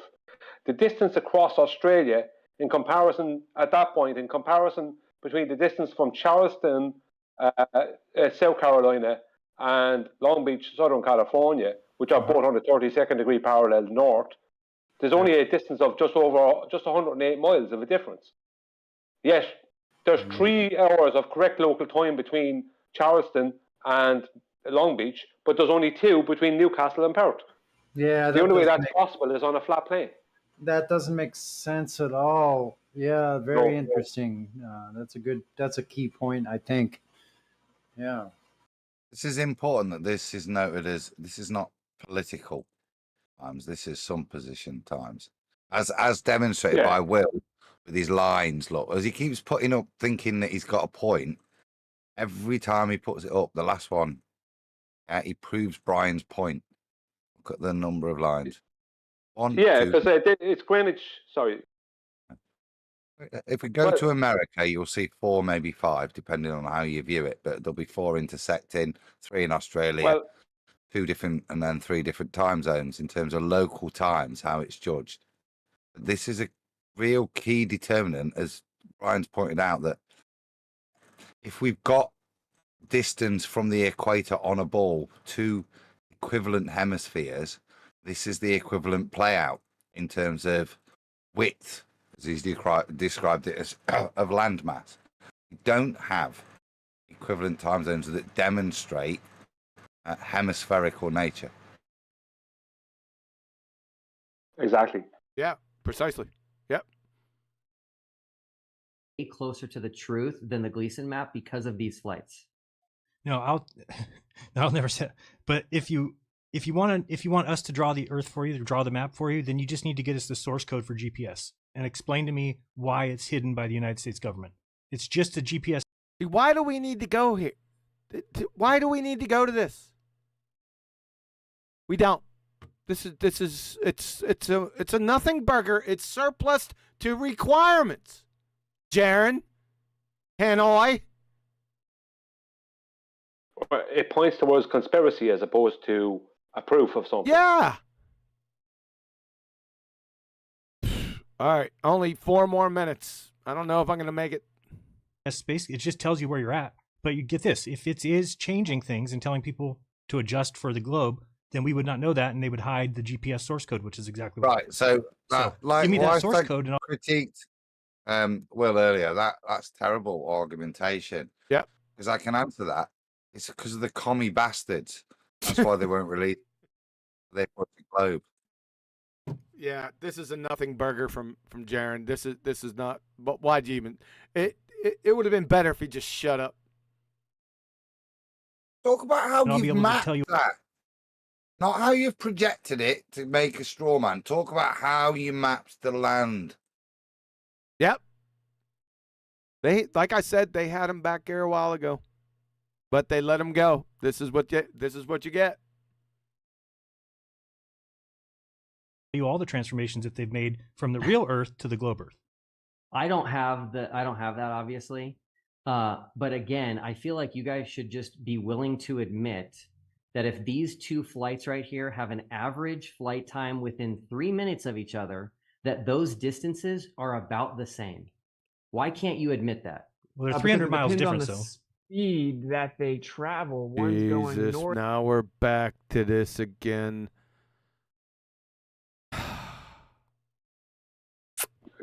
They should be asking them for the pitch data of those airplanes. Solve the problem. Let's see if I can. If that's what he's begging for, then I'd agree. I'd concede. Yes, those two flights do have equivalent flight times. But what does that prove, Will? Yep. Well, he's going to tell you. He's going to bring up his hot dog mustard Earth and compare it and say, aha, gotcha. That's what he's going to do. That's what this whole thing's revolving around. It's his evidence at this point. Right? So it's not for me. What are you trying to prove? I'm happy. I can go and look at the Qantas schedule and confirm that the flight times are equivalent. Once I've shown the flight times are equivalent, does that prove? Well, that's the point. Yeah, he's brought this to the table. We've analysed what his evidence is, and now we're asking him, what does it prove? I don't think we'll get there. But that's the only pertinent question, isn't it? What does this evidence prove to you, Will? And how does it prove a ball? Numpty. Because we're off the ball, aren't we? I said this earlier. We're so far off the ball now Yeah, that any win doesn't prove anything either way. Yeah, we would have conceded that Australia probably does look like that. It's about right. Can't see a reason not. Yeah. Now prove your point, Will. I just Yeah, I just posted my position on the YouTube live stream. Oh, that's the point, isn't it? What are we arguing here? Yeah. And what would it prove even if I conceded? It would prove that the flights were about that long. I think that's Sasha's super chat from a while back. I'm going to scroll back. Not the lucky one. Scroll back even further. Oh, it's gone. You'll have it, QE. I'm sure that's what he said. All we've done is prove the flight. Yeah, I'm going to go back. We proved duration of flight. Wonderful. That's what Sasha said. Yeah, let me go back and see what he said. Hold on, give me a second. There. We proved duration of flight. Wonderful. And that's yes, that's what the he said. point. And that's all we're arguing here, isn't it? Do it in detail, but ultimately it's got nothing to do anymore. It's 4:31. I can't do any more of this today. No, I think we should keep you for another 3 hours. Yeah, it's not gonna happen, dude. I'm not doing it. It's starting to aggravate me. I'm with you.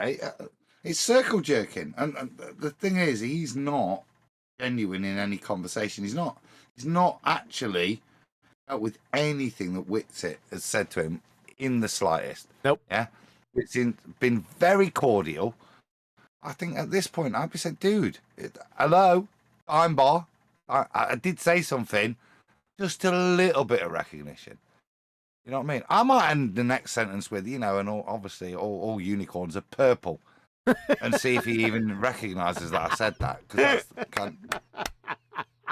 Adam, what do you want to know about Superchat?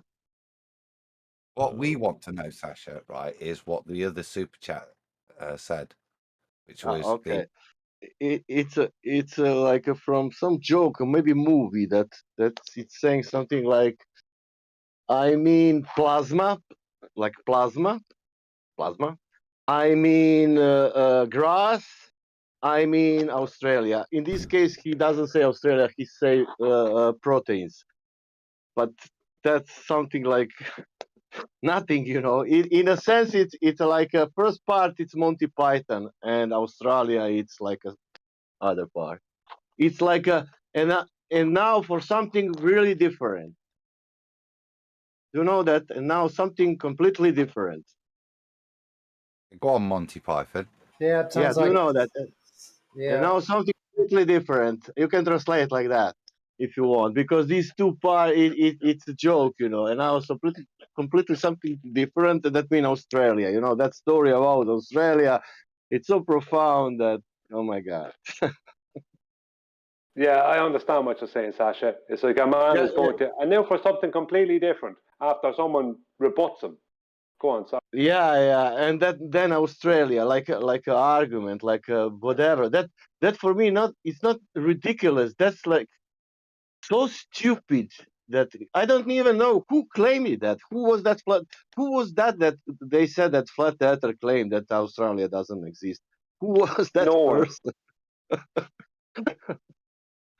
Yeah, Brian was telling us the history of that a little while ago. Yeah, so especially for example, in some stupid sense, Novak Djokovic won 10 times the Australia Open. Because I like to watch tennis. That means fucking Australia exists only because of Novak Djokovic, not because of land. So let me get this straight. It was a glober that tried to make a map, and they couldn't make Australia fit with the time zones. So therefore, flat earthers are wrong. About time zones, do you want to know one thing? How you can change, I don't know, in America 2 weeks before, I don't know, in UK, the time? Because confuse everyone. Yeah, because if we change the time, we need to change the same day, because it's sun, the rotating, we are rotating everything. You cannot change the time however you want. Disconnect you with the heavens. I got one. I mean Australia. I mean maps. I mean nail beds. There you go. Yeah, yeah, yeah. But that's from that's from movie. Like, somebody like accounting some shits, and then on the end say also that word, fun, whatever. I mean food. I mean bread. I mean eater.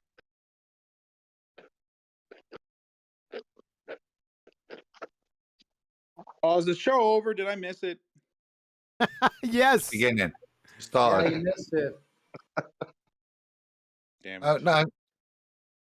We're just taking a little pause. We're at half time, Nathan. So you're all right. Don't worry. Is that Nathan Thomas or whatever? Or Oh, whatever. whatever. That's good to know that there's 4 more hours. No, there is not. 3.5 tops. Thanks, QE. I really appreciate your contribution. I know you do. 4 more hours is incredible. What's your opinion about Australia? We ain't talking about Australia any damn more. My opinion about Australia. That's where you got kangaroos, bro. Oh boy. I think Can they're you prove that? Australia. Can you prove that? Better get off Australia in about a second, or I'll close up shop quicker than you can say Aussie. I think that's good proof that it doesn't exist. Kangaroos. Have you ever heard? Seriously, your baby's growing a little like sleeping bag that's attached to your belly. Get out of it. That's a made-up country and a made-up animals. Anyway. Oh man.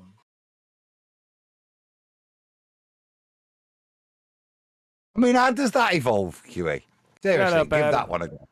Now, one day it fell out my arse and decided to crawl up at my belly, but luckily I had a little ulcer in my belly, so it nestled in there. Now you're getting just silly. Super Aussies. Look, it's no more silly than a Pakistani whale dog. Boy, that was a long time ago, wasn't it? Is that what it was? Is that what you called it? A Pakistani whale dog. from the mountains in Pakistan as a dog. If you guys want to listen to that, if you guys want to listen to that, just go to the my playlist and go to Evolution, Fairy Tale Evolution, whatever I called it, and you'll hear Adam in there. There's a bunch of videos. I can't remember which one that is, but it's hilarious. Cool. Not my claim. I didn't claim that whales came from the mountains of Pakistan. But that was dogs. I didn't say that, did I? Don't laugh at me. I can't. You know, it's been so long ago. I see a picture of it, right, and just it's so friggin' stupid. Oh, Adam, just wait.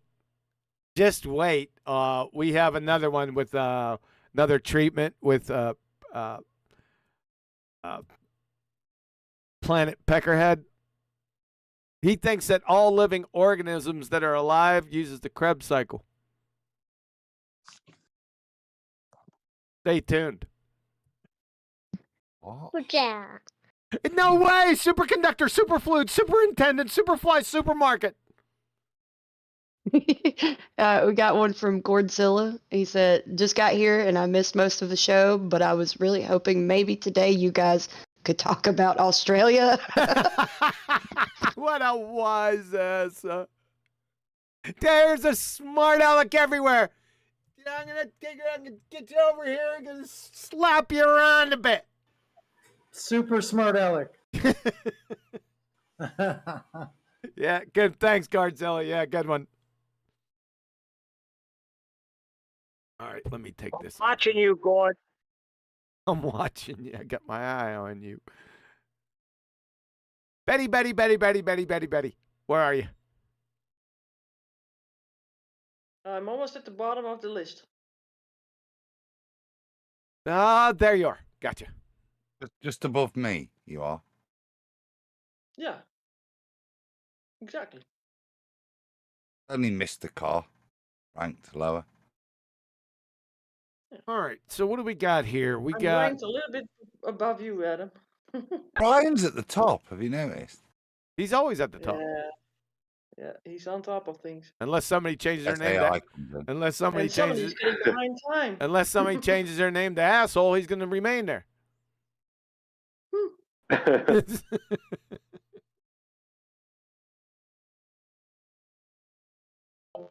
Shut a up, Neil. simple Brian, I find that very offensive. You already said shut up, Neil, before you even I know. say anything. I know, but he didn't hear it. So bad. He rumpused it. He rumpused it. Yeah. Unbelievable. All right, so what we got coming up, be on the lookout for another treatment. I don't know when I'm going to get to it. I just heard that numpty dipshit last night. We won't need another thumbnail. I'm just going to use the same one. Yeah, but it's going to be Thursday, guys. I don't want to say that. Yeah, I'm not committing because I don't want people, QE told me it was going to be done. Because a lot of things are happening now, so I don't want to do that. But just keep a weathered eye, whether they're... No, if you listen to Nate's show from today, you will want to do a treatment on that. No, I'm not doing a treatment on that. No. Tonight's called How Not to Debate FE Part 2. Our title Part 2. I would say, what? Ignore a straw man and regret it at your peril. Exactly. That would be the summary tonight from what I've just seen. We constantly said, don't. And it got to the point where you can't say don't anymore. You've accepted so much cacadoodle. Yep. Yeah. If you could put it all in with today's show, if you could put it in one sentence, that'd be it. Yep. Huey, are you doing treatment requests? Seldom. What'd you say, buddy? Seldom. Listen, Mr. Whatever. I made a request and I got denied. Mr. Whatever. You have to do I the think all threefold. cases are considered on merit. Yeah. You have to put in a request threefold. I'll review it. What's your request? I posted a short clip. It's Fight the Flat Earth versus Flatzoid. He says Oh, yeah. Right on. Yeah, He did say the pressure gradient proves there's a downward acceleration. He said space is not a vacuum.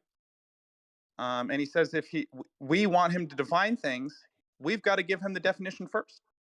So it was just all around, bro. Multiple claims that were just insane.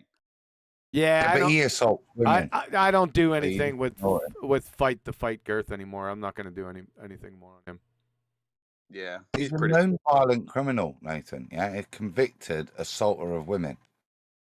Is he? Yeah. How? The guy couldn't open a sandwich for crying out loud. He can open a sandwich. Did he get in a fight with his tight shirt? He can hit a woman with his semi-disabled stick he carries. Unbelievable. I've been hearing some things about Bob the Science Guy, too, on the TikTok community. Oh, yeah, that's where he went. That's what Planet Peckerhead said. Remember, we did a treatment with Planet Peckerhead, and that's where Bob is now, right? And now they're trying to get TikTok out of there, huh?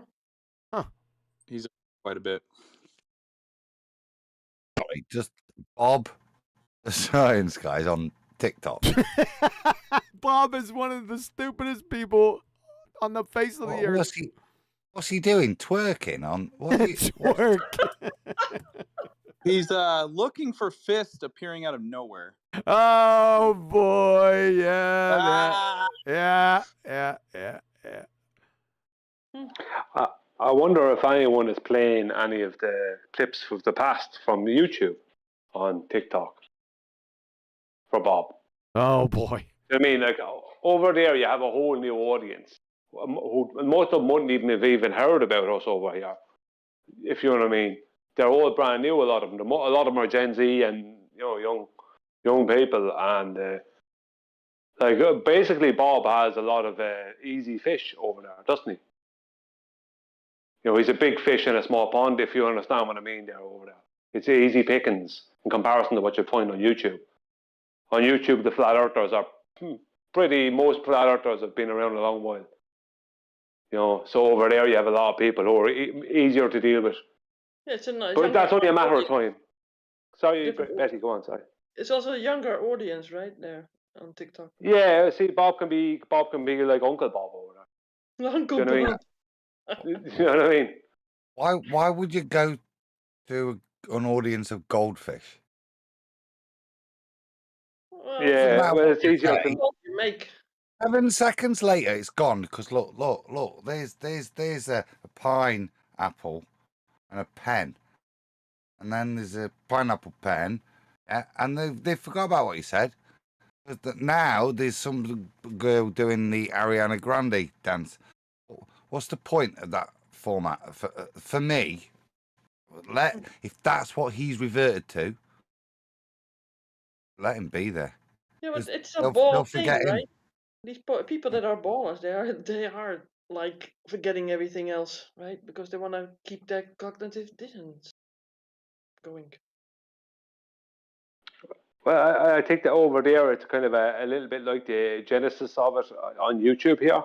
That there's probably a lot of ballers and there are probably a lot of new flat earthers. But I'd say what's going to happen is because new information is there and it will flow quickly. What's going to happen is it won't be such an easy ride over on TikTok. I don't think it will for as long as it was here.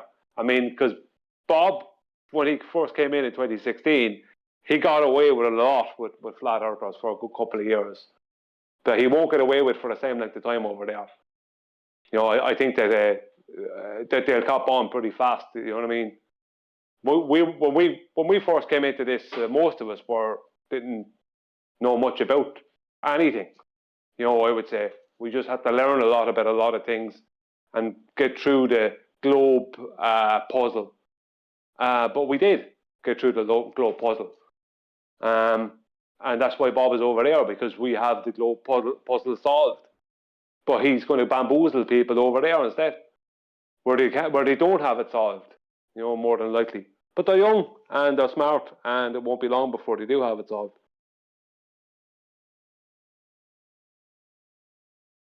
I don't know. They seem to be kind of goldfishy to me there.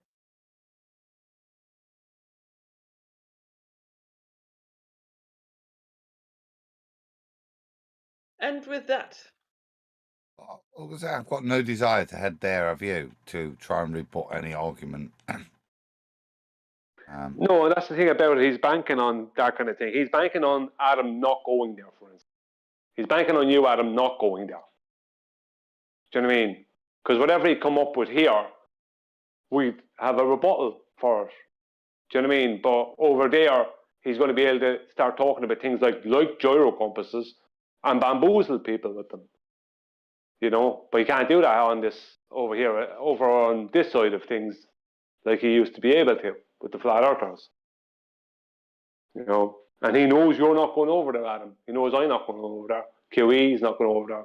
Any of the flat earthers, most of the flat earthers that are well known or that are seasoned on Discord or YouTube are probably not going to turn up on TikTok. Most of them. All right, Betty. and with that, And with that, you got that right. Let's go. Take us home, girl. What?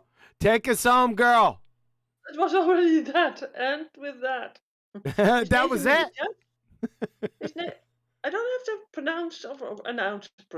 announce Nathan's show yet. I don't think he's been around. Huh. He wasn't feeling well earlier. He had a headache. Okay, so there's no, but he usually schedules, right? Right about now. Yeah, but he's not going to put it in here because he's not here. Yeah, I understand. Okay. Are we really done?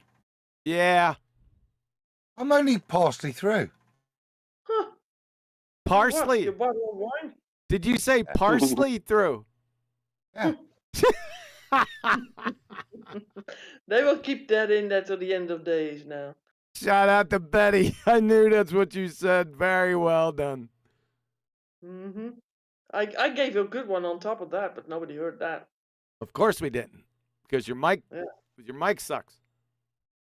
I said halfway down a bottle of wine, probably. Oh, gotcha now. Yeah. One and a half. It's Cheeky madam. How dare you? They're flogging. How very dare you? How good is it? I have a reputation to hold, and it's 10:30. It's 10 to 10. Half a bottle of wine. All right, guys. Thanks. Appreciate it. I hope you got a lot out of the show. I know it was a little bit boring. Don't blame me. I'm just reporting. But we're gonna do it again next Saturday, or not next Saturday, but next Tuesday. This Saturday is gonna be Ballbusters. I don't know. I'm leaning towards Big Bang. We'll see how it goes, but there'll be something here on Saturday for Ballbusters, so you don't have to be worried about that. We'll think of something. And like I said, keep a weathered ear, weathered eye out for the next treatment. It's going to be Planet Peckerhead again. It's going to be so stupid. And I'm just in that Evo-tard way now. I'm just busting the Evo-tards. So that's how we're going to roll for the foreseeable future. So, like I said, hope you enjoyed the show. This is QE. We'll catch you on the flip side. QE. Out. You have a point in coming here, Tom? What was your point? His point was that I didn't have an argument with the Black Swan chocolate because it didn't have science, and my understanding of science was incorrect. And as I was trying to say, you thought the Black Swan was science. Yeah. Hey, guy, you thought the Black Swan was science. Did somebody tell you that, or you just assumed that? What I was going to say is when I brought up science? Black Swan, when I brought up Black Swan, I kept saying not the photo, not the photo. What I was trying to talk about was that phenomenon the logical where consistency? I think in Europe, everybody. Excuse me. Carry on. What I was saying was there was that phenomenon. I think it was in Western Europe where all of the swans were white, and so they just thought swans were white. And then eventually they found out that wasn't true, right? Because I think somewhere else in the world there was a black swan or something to that effect, right? It's a fun historical fact. Uh-huh. Oh, it's Karl Popper. Yeah, we know the Karl Popper analogy. Yes, thank you. And so that was my example of why science is tentative, right? Now, That's not fucking science. You are so retarded. That's not science, you stupid moron. And to answer the fellow's Sorry, question, you stupid clown. To ask me why I came on the show. You are a clown. Stop talking. That is not science. Science is very tentative. After giving a logical consistency argument from Karl Popper, that's not science. You stupid idiot. So imagine we had a case where someone was accused of murder. And so if O.J. Simpson... So no one gives a shit about O.J. Stop talking about O.J. Nobody cares. That happened. Nobody cares. Right? Are you being serious, man? Are you being serious? Nobody cares about this. Tom, you got that just pumped the neighbor's cat look on your face yet, like I told you you'd have last night. Yes. Quantum Eraser said I would have a certain look on my face. Just pumped the neighbor's cat look on your face. Did you reach that point yet? Sounds like you have. So my inquiry was how he knows. No, your inquiry is horse shit. Your definition of hypothesis was incorrect. It's not a falsifiable explanation. Let's go through this. A hypothesis isn't a falsifiable explanation, you clown. It's not an explanation at all. It's a predictional supposition in the natural cause and effect relationships. Also, your appeal to induction. Science has nothing to do with induction. Karl Popper said it doesn't have nothing to do with induction, and his friggin' trophy proof was the black swan. All swans are white. You clown fuck. So, your little Google search science acumen not gonna fly here, son. Pretender clown space monkey. What's a hypothesis? Yeah, you better run. What's a hypothesis? A falsifiable explanation for a set of phenomena. No, it's not. It's a predictional supposition in the natural cause and effect relationships. What are the two parts of a hypothesis? What is the look somebody has on their face when they pump the neighbor's cat? When we look at you right now. The kind of look that somebody who doesn't know what the fuck to do would start babbling on about O.J. Simpson when they're asked about what science is.